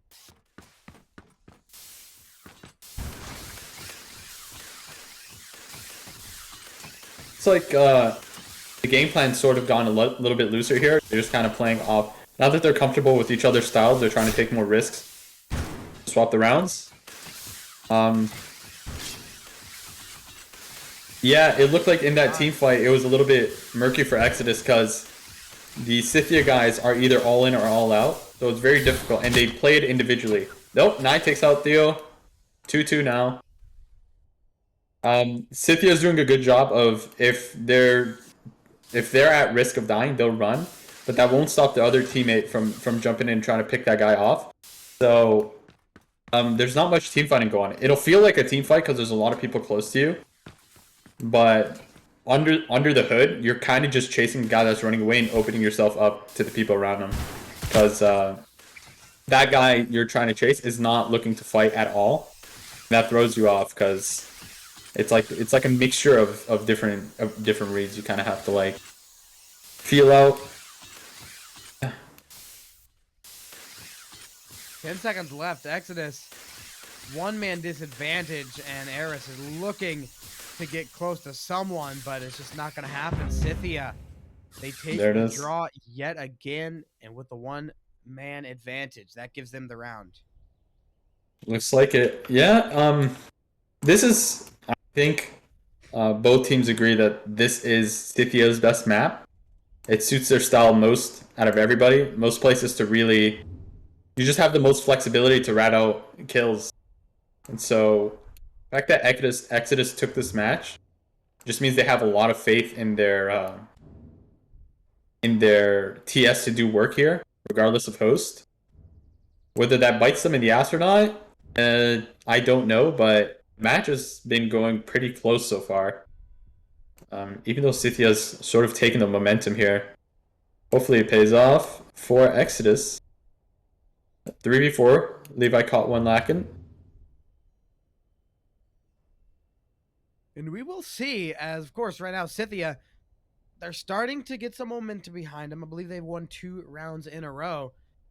But if they can get this next one, that will secure the momentum, and that will give them their 3rd in a row, and will also give them a 2-round advantage. And that just makes the scoreboard look a little bit prettier. If you can look up at that scoreboard, see a wide round advantage, then you're just going to keep riding that high all the way through. We saw how it affected Virtus in map number 1 just a couple of minutes ago. Just about, I think it was 30 minutes ago, we saw a Virtus versus Divine map number 1. It was back and forth, and then Virtus switched it up a little bit, and they got the 2-round advantage, and it just kept adding on. So yeah, like here, then they will be in a good spot. That was really interesting off Scythia there. By all, like, oh, okay, 1v2, but I think they're gonna start running here and split up. That was really interesting, that mid round by Scythia. If you saw it, Nell was playing pretty relaxed there because 2 of Scythia's teammates were being pressured on church by the rest of Exodus. And like normal logic would tell you that like, oh, the rest of Scythia is probably over there too to make sure their teammates don't die. But Scythia's general strategy is you play for your life if you're in danger, and if a teammate's there to capitalize, sure, but if a teammate isn't, that's on you. They're just taking advantage of the fact that they can't die if they really turtle. So what you saw is like Theo and Hellpain were camping slums still, and Nell was like caught completely unaware, and they managed to take him off there before he gathered with the rest of his team. Ooh, 1v1 caught Suru gassing there. 1v1, Hero versus Deb. It's APG versus APG here. And it looks like Scythia might just be looking for the draw yet again, because this will give them both 1 round. But it's not going to do too much. It's only going to give you another round. It's not going to extend the lead or expand the lead at all. It's just going to give you both a round. So Scythia will stay in the lead, but the score is now 3-4. 3-4. Yeah, it didn't look like Deb knew where Hellpain was, or if he knew, Hellpain was just too far for him to do anything about it, so he resigned to the tie. Oh! DQ early. Oh, tunneled on Hellpain there a little bit too much too. Outside 4-4. Does get taken down though, so Levi Hackerman cannot do everything he wants. He does manage to secure DQ me, but he doesn't get any more, and he can't get away. 4 versus 4 now. There goes Shiro. Okay, yeah. G gets 1, then Deb with 1 as well. 2 4-man advantage for Exodus. It's Theo and Suru, the last two left for Scythia. And this might be the round Exodus needs to tie this up at 4. That was like, that's some OG textbook Exodus stuff there. Scythia really didn't have any room to sort of reset and spread across the map again. They were sort of like forced to deal with Exodus's pressure, being backed up into curve like that. And when they tried to exit into courtyard, it was just too open for them to dodge that many people, and kind of swung it their way. And the rest of Scythia just wasn't there. A big weakness of having this spread out sort of strategies, if your teammates are in trouble and they can't get away, you're not there to help them. You can't equalize that situation. So if they do get caught, they do get pressured into those situations, the round's sort of lost. You don't have the manpower to win those fights. That is a dominant win for Exodus, only dropping one player, and that was Levi Hackerman. 4 people still remained for Exodus. That might be what they need to fire themselves up and start tagging on rounds here. As DQME, he's left all alone near the north wall. And Nell does not let him get away. He thought he was tried safe. to counter-rat. Suru tried to counter-rat, and now he's found in front of everybody. Theo has to go and help him. This is not the pace Scythia wants, though, because they're gonna they're just gonna drip in. They're just gonna drip into Levi's swords. All of a sudden, 5v2. You do not stand in front of Exodus. Oh, Levi got a little too confident, though. Interesting round. Balls. 2-man advantage still, but you cannot get overconfident. You gotta know your boundaries. Scythia is a good team, and just because you get off to a hot start does not mean you're gonna ride it all the way through.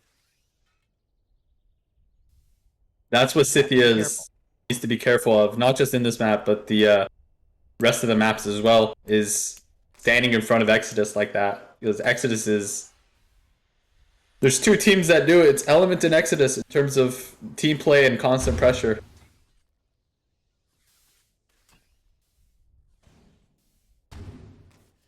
Oh, looks like Exodus just trying to play area denial. Just holding up near HQ. But Deb looking to get aggressive, trying to get away with a kill. Oh. It's going to be Nell. Thunder Spear snipe. One more kill, and Exodus will take the lead. But Typical not letting that happen. 1 versus 3. Typical using everything in his power to somehow get away. There it But is, doesn't cornered. get away forever.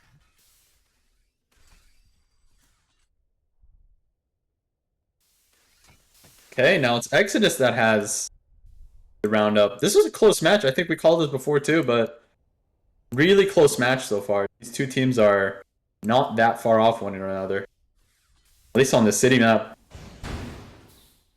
I am interested on how other maps go and how the strategies change according, but yeah, so far super close, can still go either way. At a cannon, of course, Exodus does have a 1-round lead. But we know how fast a 1-round lead can change. Right now, Okay. players all still alive. 5 versus 5, but it might not be like that for long. Suru in a rough situation.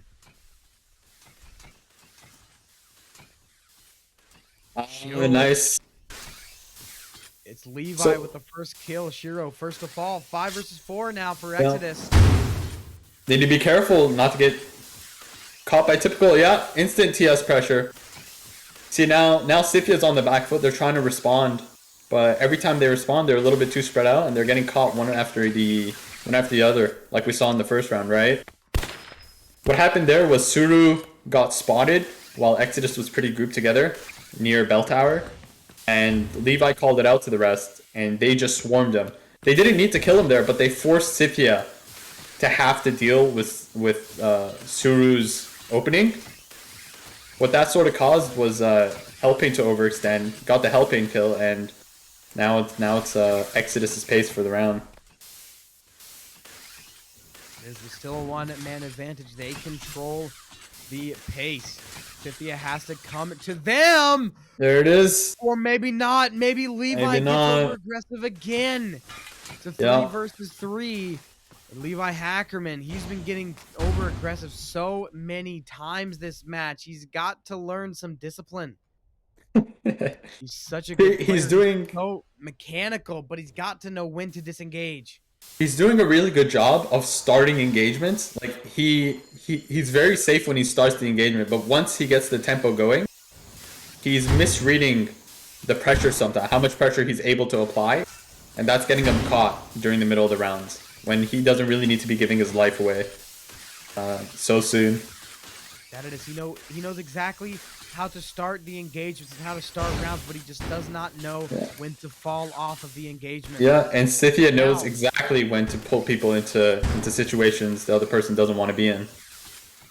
Absolutely, and now Levi Hackerman giving himself up might just be the reason why this round ends in a draw instead of a round 1 for Exodus, because if he was still alive and he was playing with his team, that would have forced Scythia to come to them, but now they don't have to. They can keep it going still and take the draw. Okay. Still close.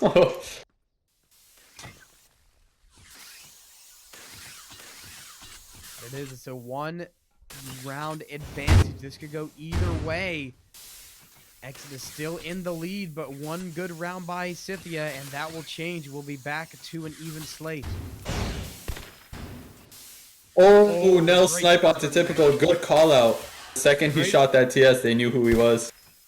Great start from Exodus right there. Nell on the Thunder Spear. Takes down Typical. That gets rid of the Thunder Spear on Scythia's side. So that is a long-range weapon taken away.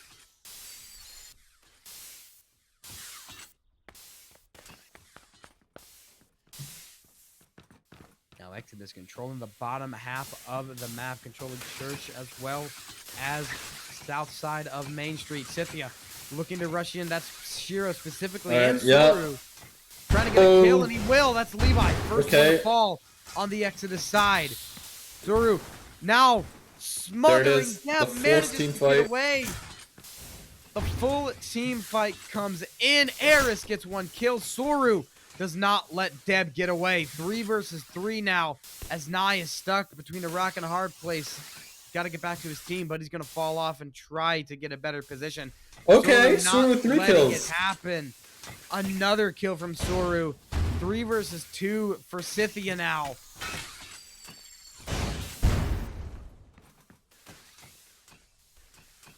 Yeah, Nell a little bit by himself here. I manages to... Nice trying to force this to go even here. And Nell with Thunder Spear is not the class you want to be in when you're in a close situation like this, especially when you're in the 2v3s or the 1v2s. Okay, Nye's still on Hellbait here. I think Hellbait might be out of gas. Or he thinks he's not seen yet. Soru looking to regroup with Shiro. That flare does everything it needs to do. That will tag Nell. That's the Thunder Spear tag.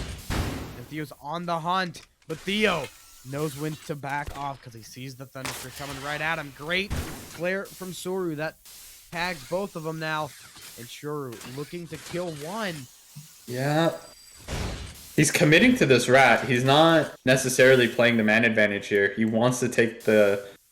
He wants to take a pick and try to solidify the round win for them. But that's kind of leaving him open here. Could trade. I'm sure Scythia's yelling at him right now, get out of there. Because those two are on the opposite side of the map. Yeah. He's booking it now. Best case situation for Exodus is a draw. If Nell or Nye can get close to him, he might be able to get that kill. But Shiro just playing keep away, and this round will be going there it is. to Scythia. We are tied up at 6-6.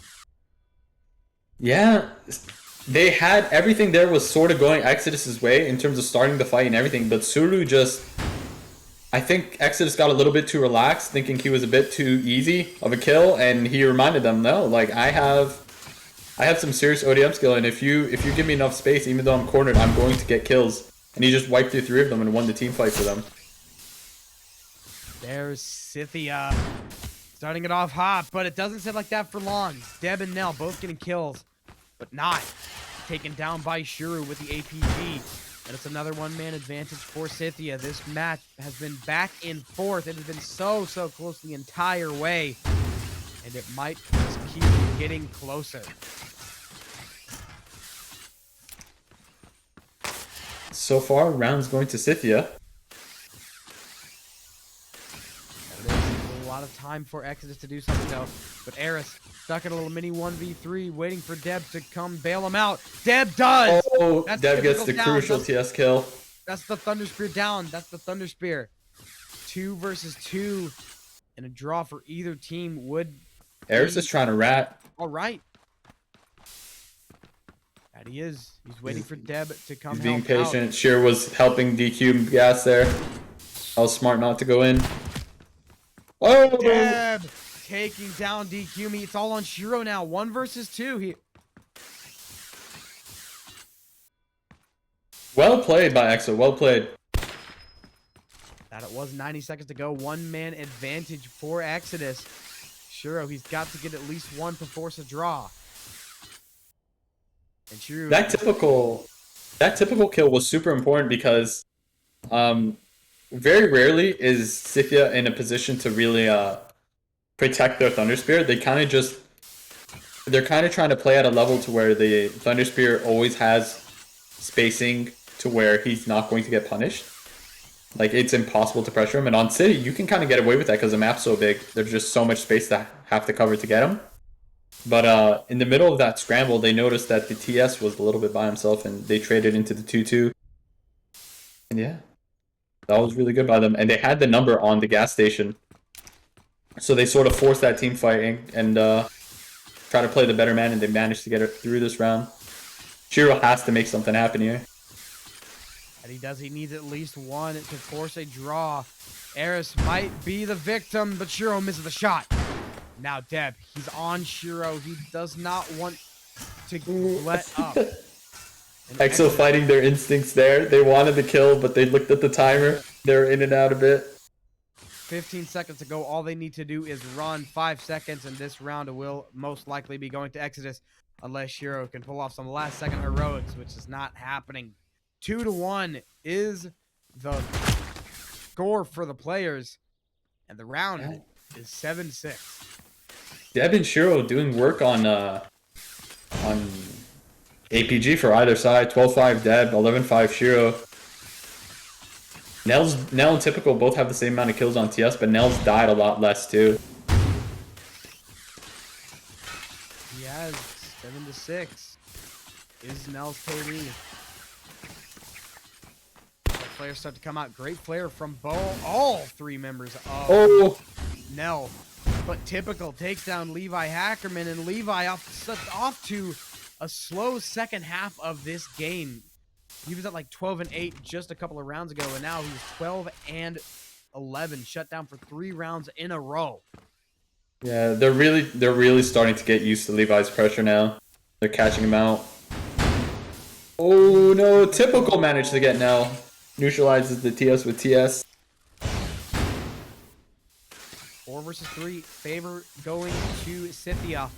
And Typical is still on the hunt with the Thunder Spear. The trade comes out. Eris and Theo both falling. 3 versus 2. We've reached the 2-minute mark. The clock is ticking for Exodus to get 1 more kill to tie this round up. Deb's really trying to force it. But he backs off once he notices Typical has a good line of sight on him there. On the wall. If he pushed any further, he was really open. He is trying to force it, but he's got to be careful about it. He might be getting a little bit too confident. There it is. Knew Zero out of exactly what he position. had to do. He knew exactly who he was going for. He was going for the ODM to get the easy kill, and he got it. 2 versus 2 now. 2-2. With 70 seconds on the clock. Yeah, no, Scythia definitely has. Shiro's trying to rat it to Deb. Oh, it looks like Deb's flared. Either that or he just saw him. Yeah, not. Well, not that's sure. an important flare. That is a huge flare. It gets one of them. And the red flare does not spot either of them out. They might already be flared. Okay, Typical spotted for EXO. Shiro rushing in.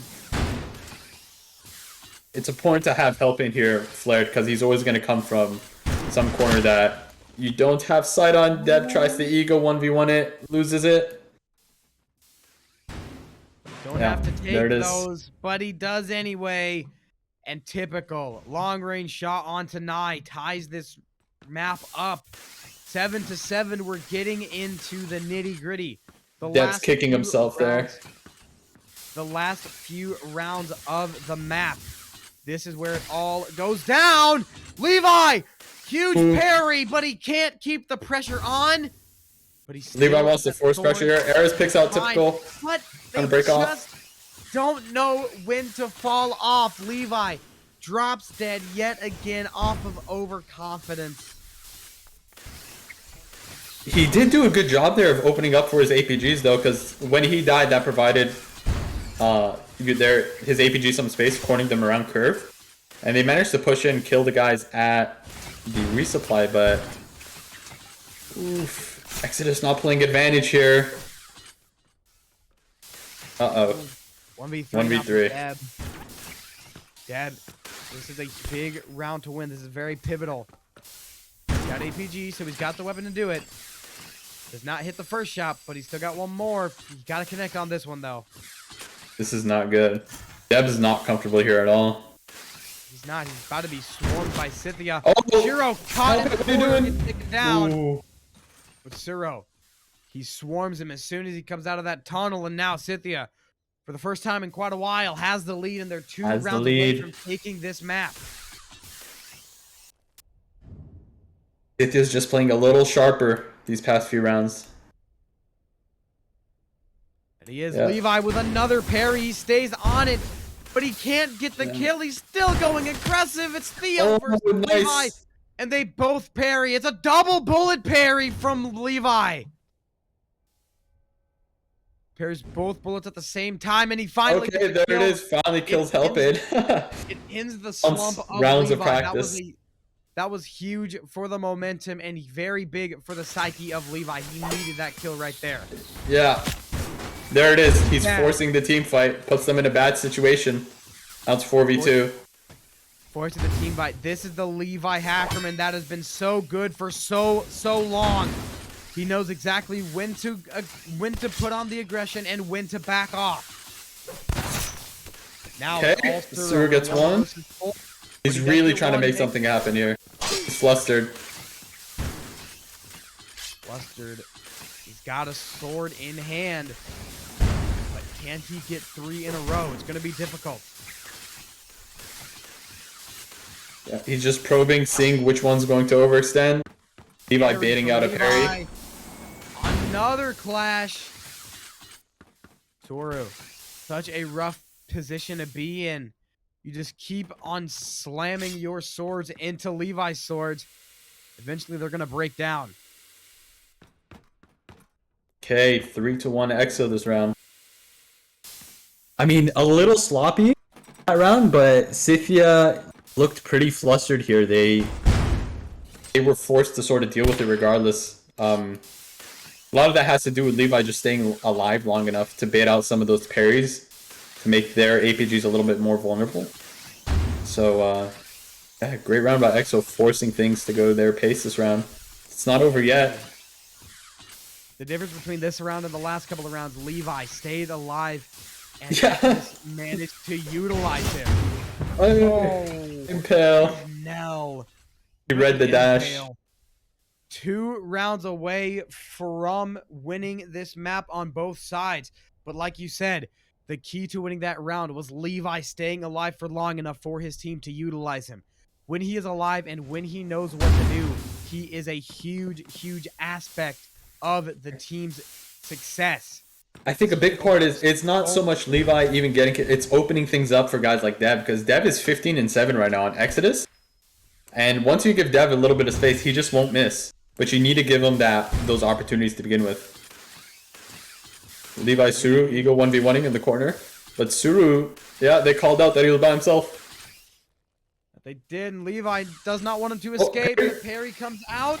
But Suru makes it out safe, yeah. Oh, Theo manages to pick off Ares trying to rat. 4v5. In favor of Scythia.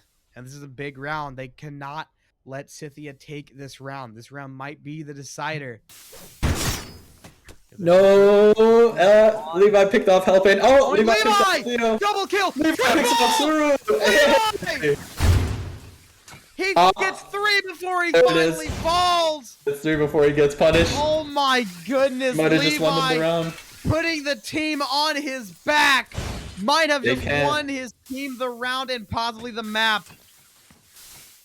You cannot. If Levi manages to get a kill, what Scythia is trying to do is they're just falling one after the other. They're not grouped up enough to just counter him with numbers, so they just go in and walk right into his next lunge, and that pressure is just like, you know, before you know it, you're pretty much dead. He is Levi off the triple kill. That's Ranning's biggest weakness. You don't use the power of your teammates. There it is. Short to fall afterwards. Match point for Exodus now. One more round, and Exodus will be going to map 2 with a... If I'm Exo here, I play textbook. You know what I mean? Definitely. Definitely. You're riding off the momentum. You're running off the adrenaline from the triple kill from Levi. Use that to your advantage. You've got the adrenaline. You can hit harder. They are not playing textbook here. They're taking a lot of chances. They managed to get the first. They're leaving Suro alone. They're leaving him alone. Yeah, but they don't have the read on Suru being alone yet. They don't have a flare on him. They don't, but if they can get it done, that will be certainly Suro Levi falling. trying to corner. Levi, ego! Oh, Levi he's letting his ego get the better of him! He did it once, but it's not for sure to happen again, and now it's evened up. They let Levi take the 1v3, and he falls. It's another even round. And Eris falls as well. 4v3 in favor of Scythia and Suru. Starting the flank, they're starting to pinch down on Exodus. Yeah. One man disadvantage. Suru looking to rush in. He gets away, and now they're at a bit of a stalemate. Oh, just misses on Helping. Yeah, it looked like Suru, because they didn't have a read on Suru there, he managed to rat all the way into church for that kill. And Levi misread where his teammates were because he was trying to pincer them at basement. But the EXO guys were all the way at the opposite side of corner trying to deal with one other person. Or trying to just reconvene, so the timing was completely off and he got caught off guard. Yeah, hard to make those reads when it's this close, this much tension, but at that point you just gotta reset, play safe. Deb's taking a solo fight, and Nell's a little bit too slow on Deb the goes down. bailout. Yeah, Deb falls. little sloppy. Now for Cynthia. And now he's on the run as well. He's got to find at least one kill. 9 falls. We might be going to 9-9. Sudden death. 9-9. Cynthia, take the round. Okay. We'll see. EXO got a little too heated there. They did not play textbook, and it kind of backfired that round.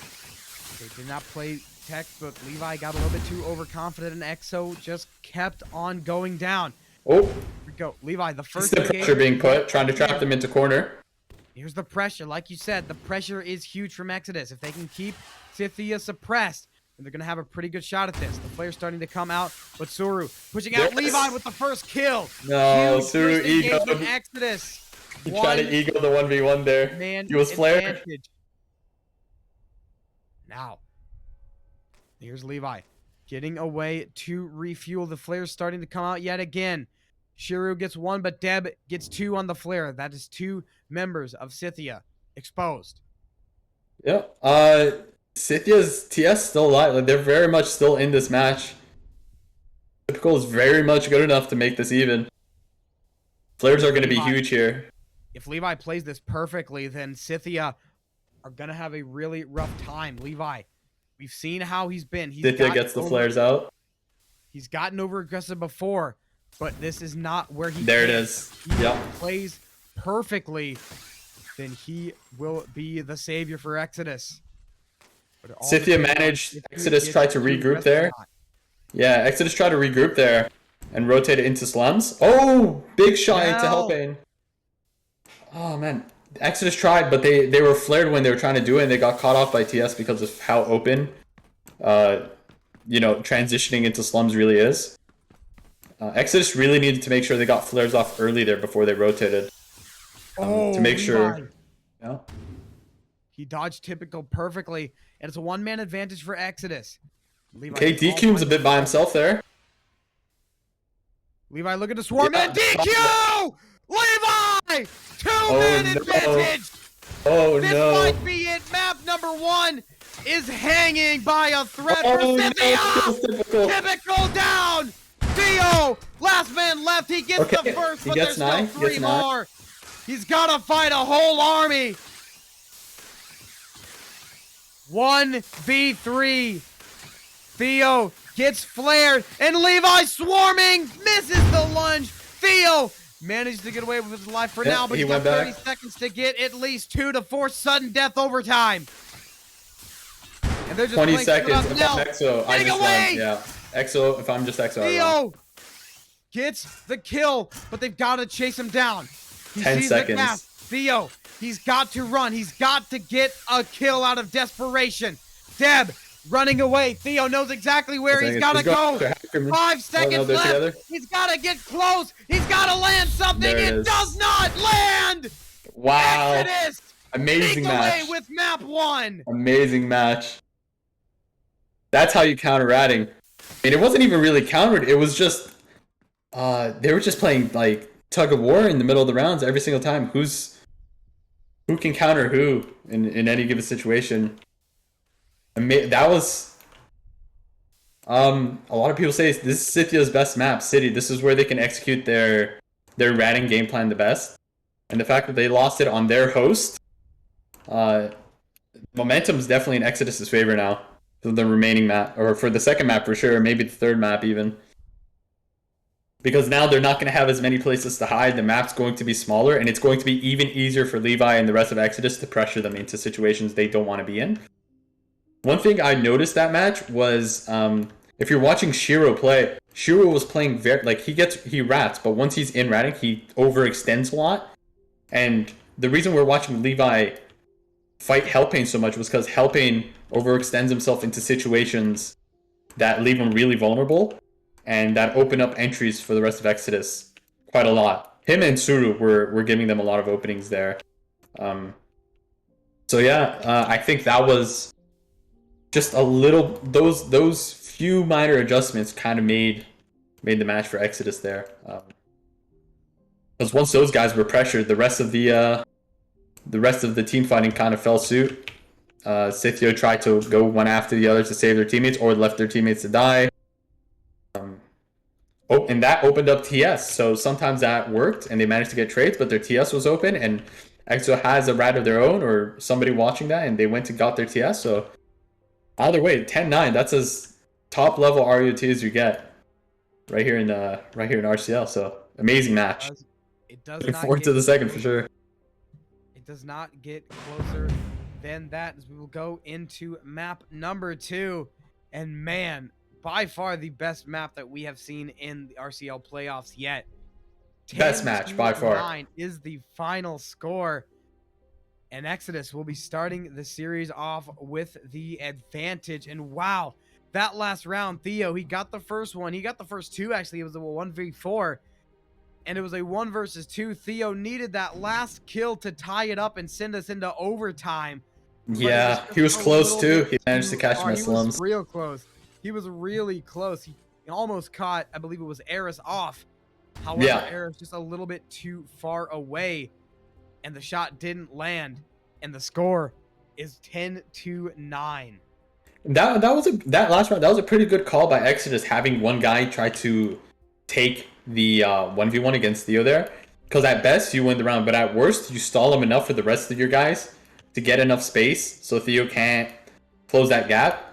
Kind of like a distraction, right? And even though he died, he bought his team just enough time to manage to scrape the 10-9. So really good last round as well. Oh, definitely. Exodus played that last round to perfection. And with that one-man distraction, as you would say, gives them just enough time for the rest of the team gets away. And unfortunately, worst case scenario did happen, but the worst case scenario was still Exodus winning that round. as that third man, I believe it was Nels or Nye, stalled him just long enough to get his team separation. And we saw how close Theo was to Yeah. getting that shot Yeah. off. And It was if probably a Nye, couple meters behind. if Nye did not do that and did not get the distraction, then that could have very well been the round tying and going into overtime. Oof, that was a statement by Exodus, because by all means, the conventional wisdom would say Scythio's best map, their host on City, you don't want to challenge that, you don't want to play that at all. You don't want them to play their game, right? The fact that Exodus managed to win despite two disadvantages like that, yeah, they definitely made a statement. They're definitely going to go into some momentum for the second map. But yeah, no, Scythia is no joke. Whether they're playing their ratting playstyle or not, they're definitely great players and definitely squeeze out the map from Exodus here. So yeah, I guess we're just finding a host for the second map. We will get the second match started pretty shortly here once these are figured out.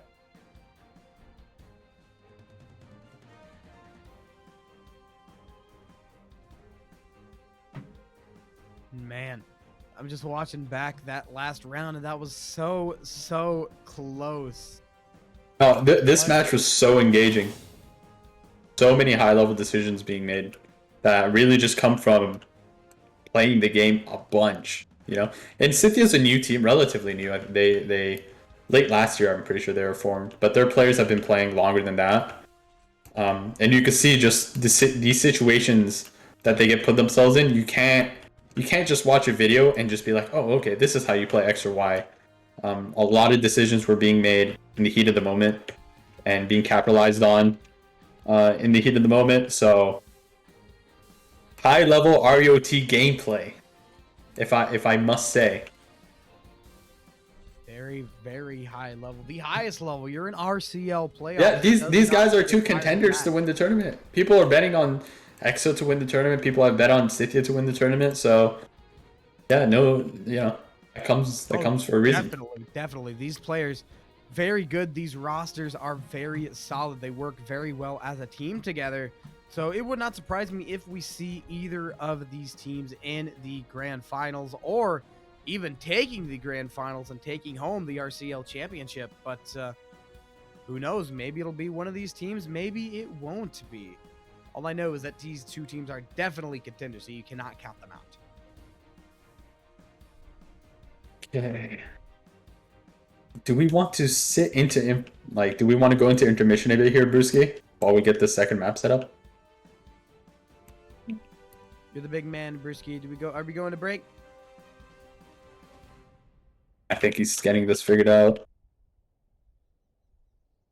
Testing. 1, 2, 3. Brewski.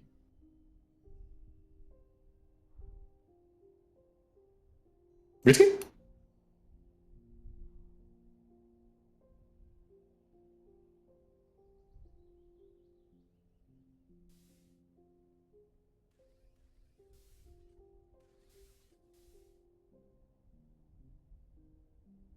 Guys, I think Brewski's dead. I'm back. Did I not tell you? Okay. Did I not tell you? But we thought you died. Apologies, I had to go take a break. My parents were leaving. Oh, okay, no worries. Okay, goodbye, everyone in chat. Say goodbye to Brewski's parents. Bye, Brewski's parents. I will never Love see you. them ever You're not again. in chat. Have fun. Oh, that's sad. I'm sorry about that. Yes. All right. Died in a car Brewski, crash with Are we Kata. going to break? Or we're waiting to switch hosts? Yes, I believe we are playing NA host. Yes. So I think are we going to Leviathan's break? internet died. Apologies. No Are we- worries. Brewski, I think are we'll we hit going- Brewski. I think we'll hit intermission here while we figure out the NA host, and then Sure. come back once this is sorted. Okay. Cool. I guess.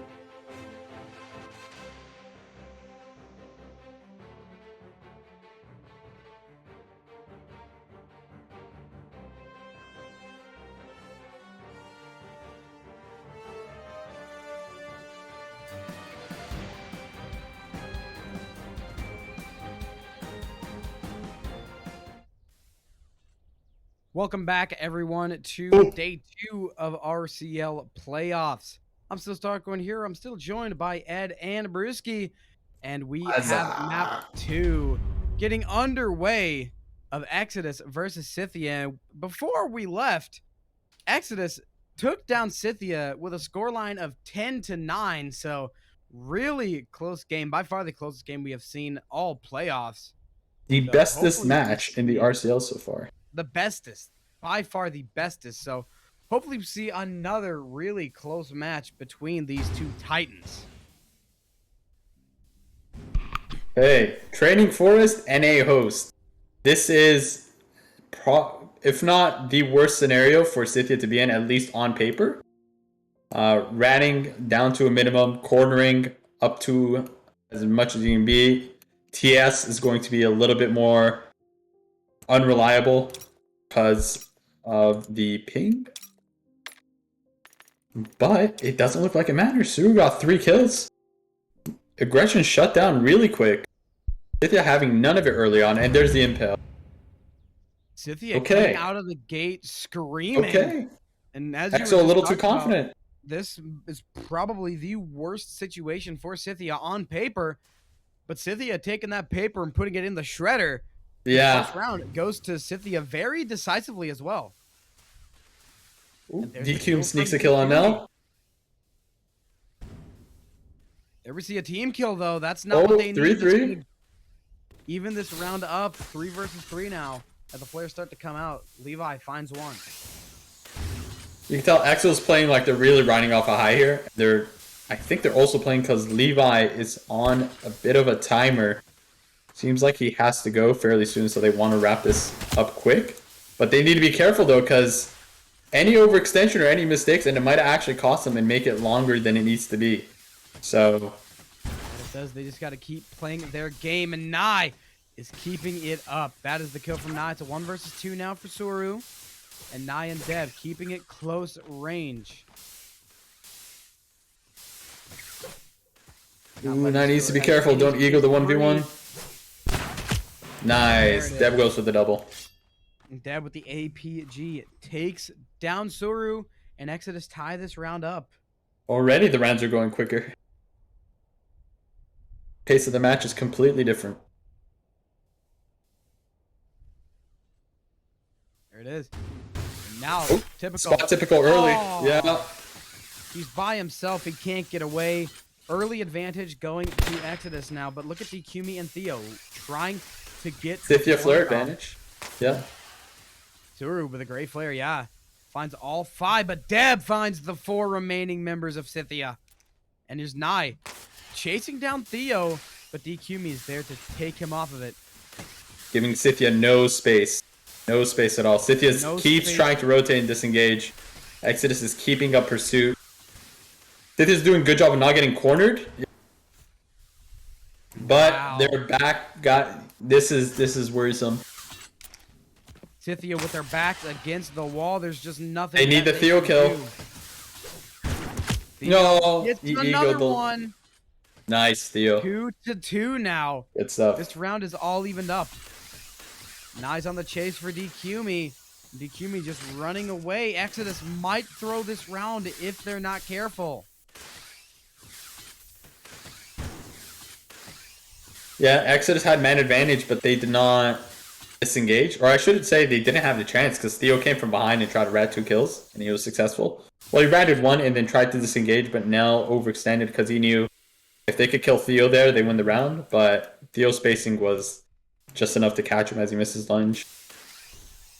But that's worrisome on Scythia because if you notice, as they rotated to Windmill to try to break off the Exodus aggression, they left their teammates behind. Like they were full committal into not team fighting there at all, and that costed them 2 guys because it was suddenly a 4v2 and they just got mopped up by Exodus. So, that picks out Theo. It's all DQME now, and down he goes. Deb with the double kill ends the round. Exodus in the lead. 2-1.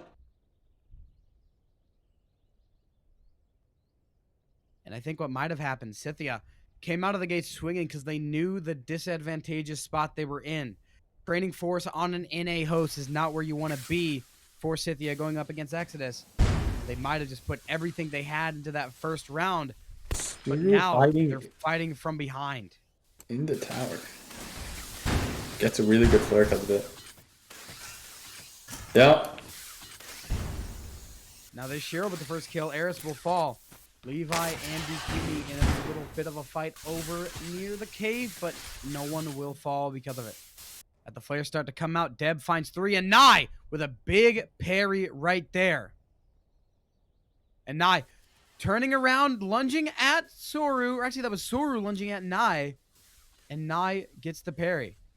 Still the one-man disadvantage from Exodus, but that can be changed in just a matter of time. There it is. Deb takes down Theo, but Levi gets taken down. That will give Scythia the advantage back. 4 versus 3 now for Scythia. Oh, Nye picks up DQ. Oh, no! APG in hand takes down Suru. One-man advantage has been given to Exodus. 2v1. Suru tried to cover for his TS that was vulnerable there, but got traded because of it. And TS 1v2 is not where you want to be. He's not at this range. Going up and down. Nell gets the kill. And it's the 2-round lead now for Exodus, and they can start pulling away if they can keep the momentum flowing. Interesting enough, because if the spawns are open enough to where Exo has to cover a lot of ground, and they give Scythia enough time to flare, flares are really going to make it to whether Exo can entry or not. Because Scythia, if they have flare advantage, they're just going to catch Exo as they're running into them. Oh! Slaughterhouse near the barracks. The bottom right half for... Not the barracks, the house. Scythia can't team fight, and it's starting to show because Exodus is just collapsing on the people that are by themselves, and there's never enough people to cover each other when that does happen.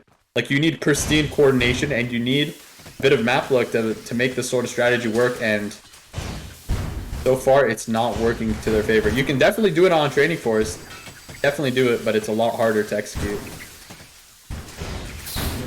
And any mistakes, and Exo is going to take advantage. Yeah, just a matter of time.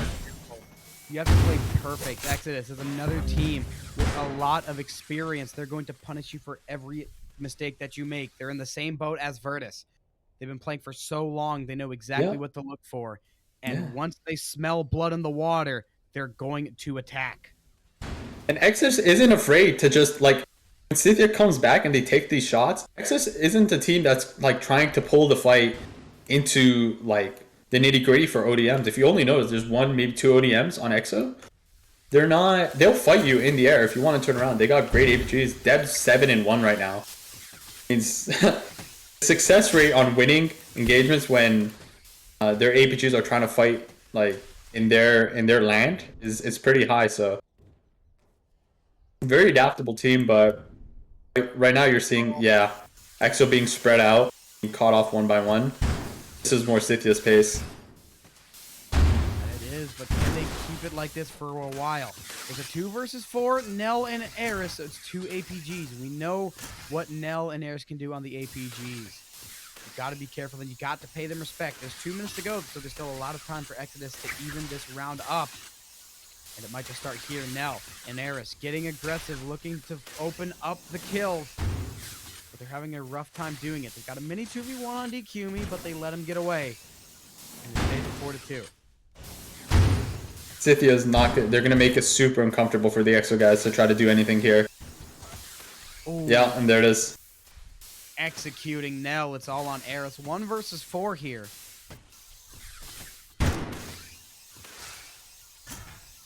That right there is just knowing the fundamentals of the game, making the guy do his work for you, and making sure you get the first shot off when he's predictable. Yeah, definitely an uphill battle from there. There's the final kill. Okay, 4-2. Scythia making sure they're still in this match. It's not going to be a sweep, despite the advantage going in Exodus' favor. They're going to make it as hard for Exodus as possible, and that's exactly what we want to see. Deb looking to take this round back. There's tempted fate right there, reloading in front of Theo. And there's Deb again. 9th kill on the round. And that is a great way to start this round off with the 2-man advantage going to Exodus. There's Levi following Theo. Theo manages to get away for now, but now it's Nell on pursuit.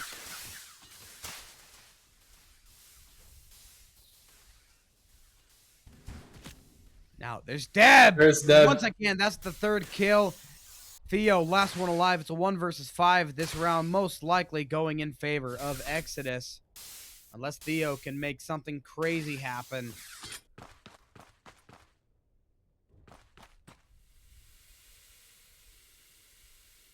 Yeah, you can run on Training Forest, but it's on a clock. Eventually, you're going to hit a corner, and you're going to hit it pretty soon, so... Yeah, Scythia needs to adjust to this aggression. They just... Oh, there it is. Nell got a little bit cocky. First kill, Yes, but there's that's still 4 twice. more to go. That's twice Theo's caught Nell overextending a bit. Oh, Theo picks off Eris. It's just being a little sloppy here going into 1v1's Theo. Theo's really good at catching people that try to overextend on him. That's his bread and butter, yeah. Oh, he's done it again! That's 3. 3 kills. He needs 1 more to draw, Yeah, but he that picks doesn't him get up. it. Deb wins the round. That was real close for. That was way too close for comfort for Exodus. Though. Tempting fate a little bit. That was Theo's strong suit. He loves when people chase him like that. And he lands those shots with so much precision. Parry baits with, you know, the greatest of ease. So Exodus kind of just egoing that. It worked out for them that round. Okay, Deb picks out Shio. 4-4. 4-4, but will it stay like that for long? Eris in a disadvantageous position, and he will fall. 4 versus 3, but not for long. 3v3 as Nell with the kill onto Typical, but Sora with the ODM gets the kill as well. And Nell, great parry right there. And it looks like they're going to try to cut Suru off and see if they can even this round up. But Sora Nell spots him. Oh, just misses the lunge. Is that round costing? Right behind him. That might be round costing as Suru gets away from both Nell and Nai. Yeah, playing super spread out, making Exodus do the work for them here. Suru is by himself. Nai is going into a 1v2. No, if he wins this, it'll be an even round, but it looks like he's going to fall off and help Nai out over near the bulk of players. Calm's looking really messy for the Exo guys here. Nell's going to be caught in a 1v3 because of it. Oh, picks up DQ. This is an even round. He's still by himself, though. This is the time to move. Nah, you gotta get into position and help Nell out. Oh, Nell breaks off. And Nye good positioning by Nell after the kill. Gets the front foot put down. Pushing up, trying to get 1 kill onto Suru, but Nell just keeps sitting back. You've got to help your teammate out. This is the time for team fight. It's a 2 versus 2. This is where Exodus they're collapsing on Nell. Come to play, and Suru wins the 1v1. That's why they gotta take those team fights when they got them. Yeah, sloppy. Nice team fighting a little bit sloppy there.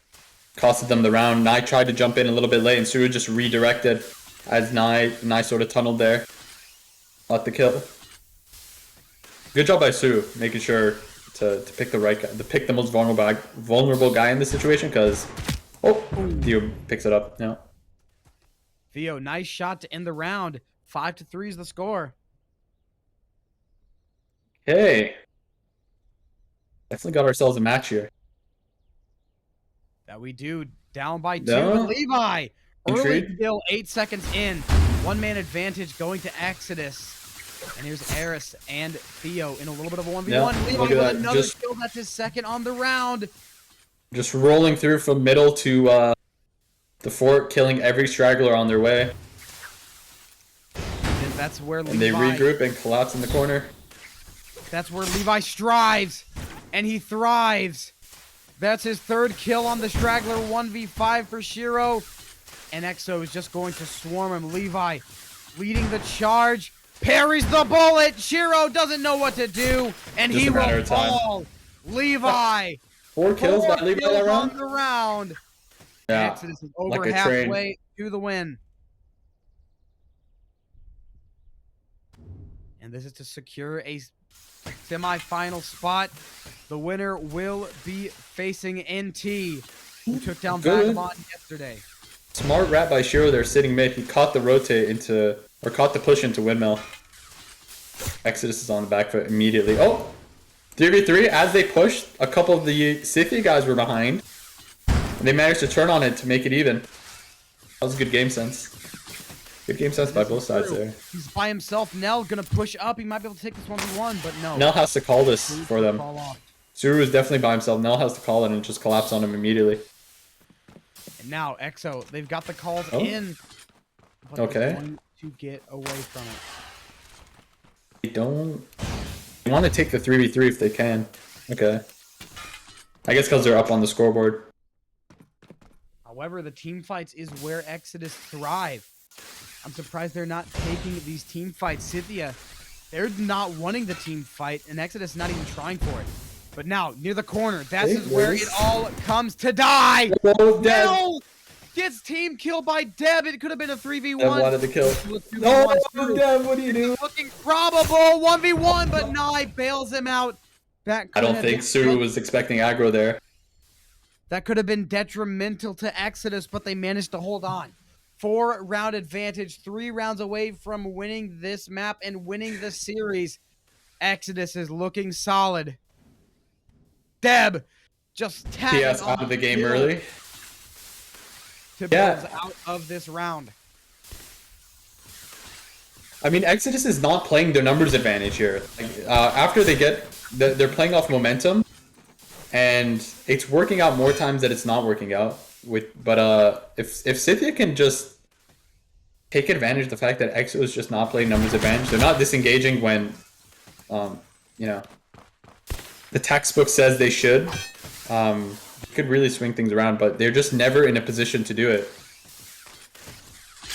Now Exodus in the 1v or the one-man advantage might be playing 4 trays, and that time Nell gets a double kill. DQ got cornered. Suru's just not in a position to refrag that. Like they're not confident that they have to just sit and take the fight. And I've seen Suru, like even last match too, when they bunker down and they take the fights, that's when Suru kind of performs his best. He's not performing, not really doing much here. There's a clash nice. with Levi. And Levi following him all the way through. Nell that's messy. Suru gets team killed. Deb taking down Ikumi. That's a 3v3. That evens up this round. And this is a must-win round for Scythia. They cannot allow Exodus to get match point just yet. But Nai knows where they need to be. A 3v2. Caught Shiro by himself. Typical with the Thunder Spear. This is a huge, huge round. Typical has to clutch this.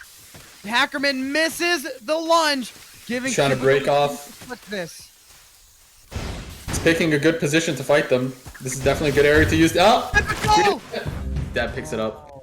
Deb's been so reliable. He's 16-5. Every time Exodus makes a bit of a mistake, Deb's always there to either even it out or make sure they win the numbers advantage at the end of it. And now it's pretty much been the keystone to holding the aggro together. To go. They just need one more round, and they will take it. 2 kills from Exodus side. Down goes Shiro and Ikumi. Can't run, can't hide. Gotta fight. The last 2 left alive, and they're starting to swarm Siru near mid. The clash comes in, but they're not letting up at all. 2 more kills in this map is over. Typical falls it all there it on is. Siru. Exodus 5 versus 1. Trading for it goes to Exodus. GG's. They are on to the semifinals. That's it. There it is. Exodus taking map 1 10-9 and map 2 10-3. Dominant performance in map number 2, and that will do it for day number 2 of the RCL playoff. Really good matches. Oof. Oh god. Tense to watch. A little bias on my side because this is my old team. I'm like rooting for them. In my mind, I'm like, oh. Yeah. But no, Scythia played really well, especially on that first map. I think what happened there was 2 things. One, EXO doubled down on playing Scythia where they're most comfortable in winning. It wasn't so much Exodus as aggro. I mean, it'd be a blanket expression to just say their aggression worked there, I think, because Scythia played in a way to neutralize that as, like, in the most reliable way possible in City. It's super difficult to get any aggression going on City against a team like Scythia. What that showed me was Exodus's ability to just be comfortable playing wherever. Sure, they're going to have the disadvantage, and it's going to show on the scoreboards, but they're still able to pull it out despite having a higher ping TS, despite playing on City where City has all the place in the world to move around and not let themselves get caught. Exodus found a way regardless, and they adapted to pretty much anything that was thrown to them. And I think that's sort of the secret formula on winning RCL matches in the tournament, is not so much sticking to one thing and doing it really well, even though if you do it to a certain degree and nobody can stop you, obviously that's a great plan, but having the ability to adapt when things aren't going your way is super crucial. So good job, Scythia. Good job, Exodus. Really fun matches to watch. Jeez. High level RAoT. Yeah. Fun casting it, that's for sure. Yeah, it is. It is always a good time casting RAoT, and especially at this high of level. This is the highest level of RAoT that we have seen in a long, long time. And the semifinals are set. It will be Element versus Virtus and NT versus Exodus in the semifinals. So we got two more amazing matches for us for next week.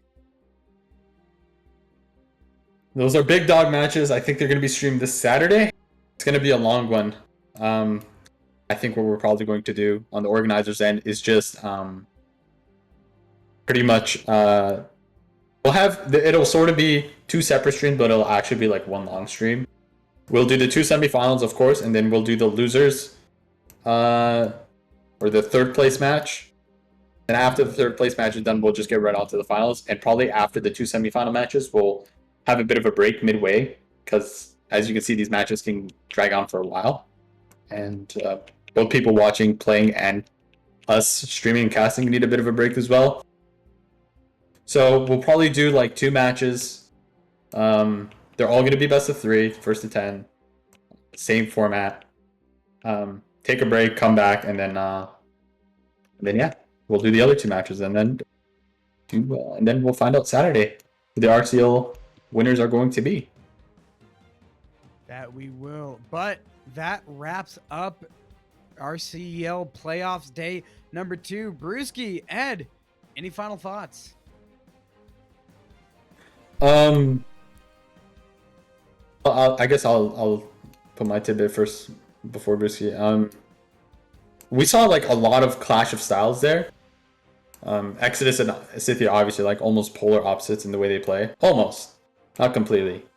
And Divine and VRT, I thought, we saw sort of like the almost textbook way of playing, just seeing, how would I say this? Like, VRT having the step above both in their flanking pressure and their ability to position Thunder Spirit and in their ability to make the pace of their match established against TS with their TS, against their APGs with the other APGs, positioning, map control, all that sort of stuff.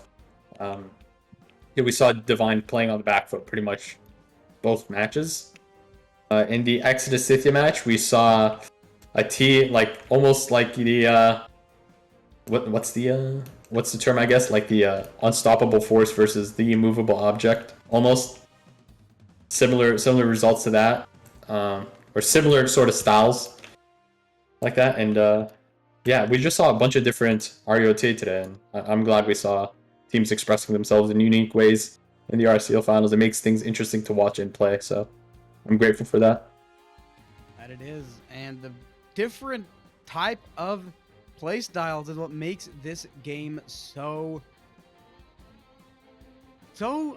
interesting and so unique. Yeah. As of course, whenever you watch it, it's the same map, it's the same 3 weapons, 5 players going at it, But there's so many ways that you can manipulate that map, manipulate those 3 classes, manipulate those 5 players, and it just makes it so, so beautiful to watch and play. And you don't really understand that unless you're watching it at the highest level.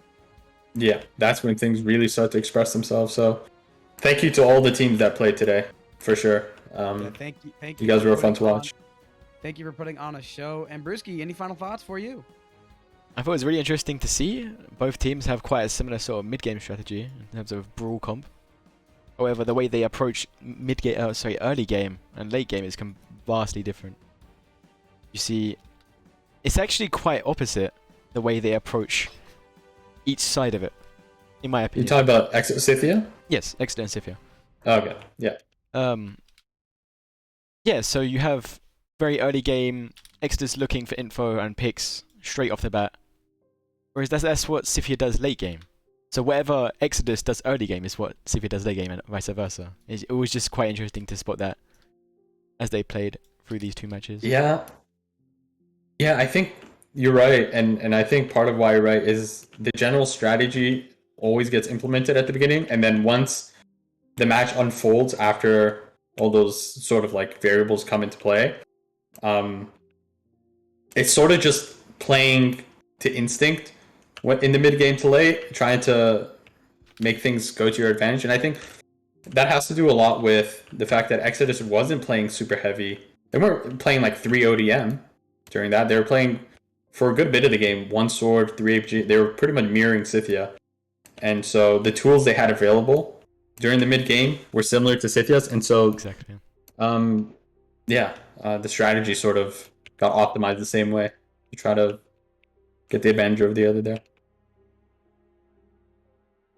And it was a very good day of RAoT's Attack on Titan, and we hope to see more in the future.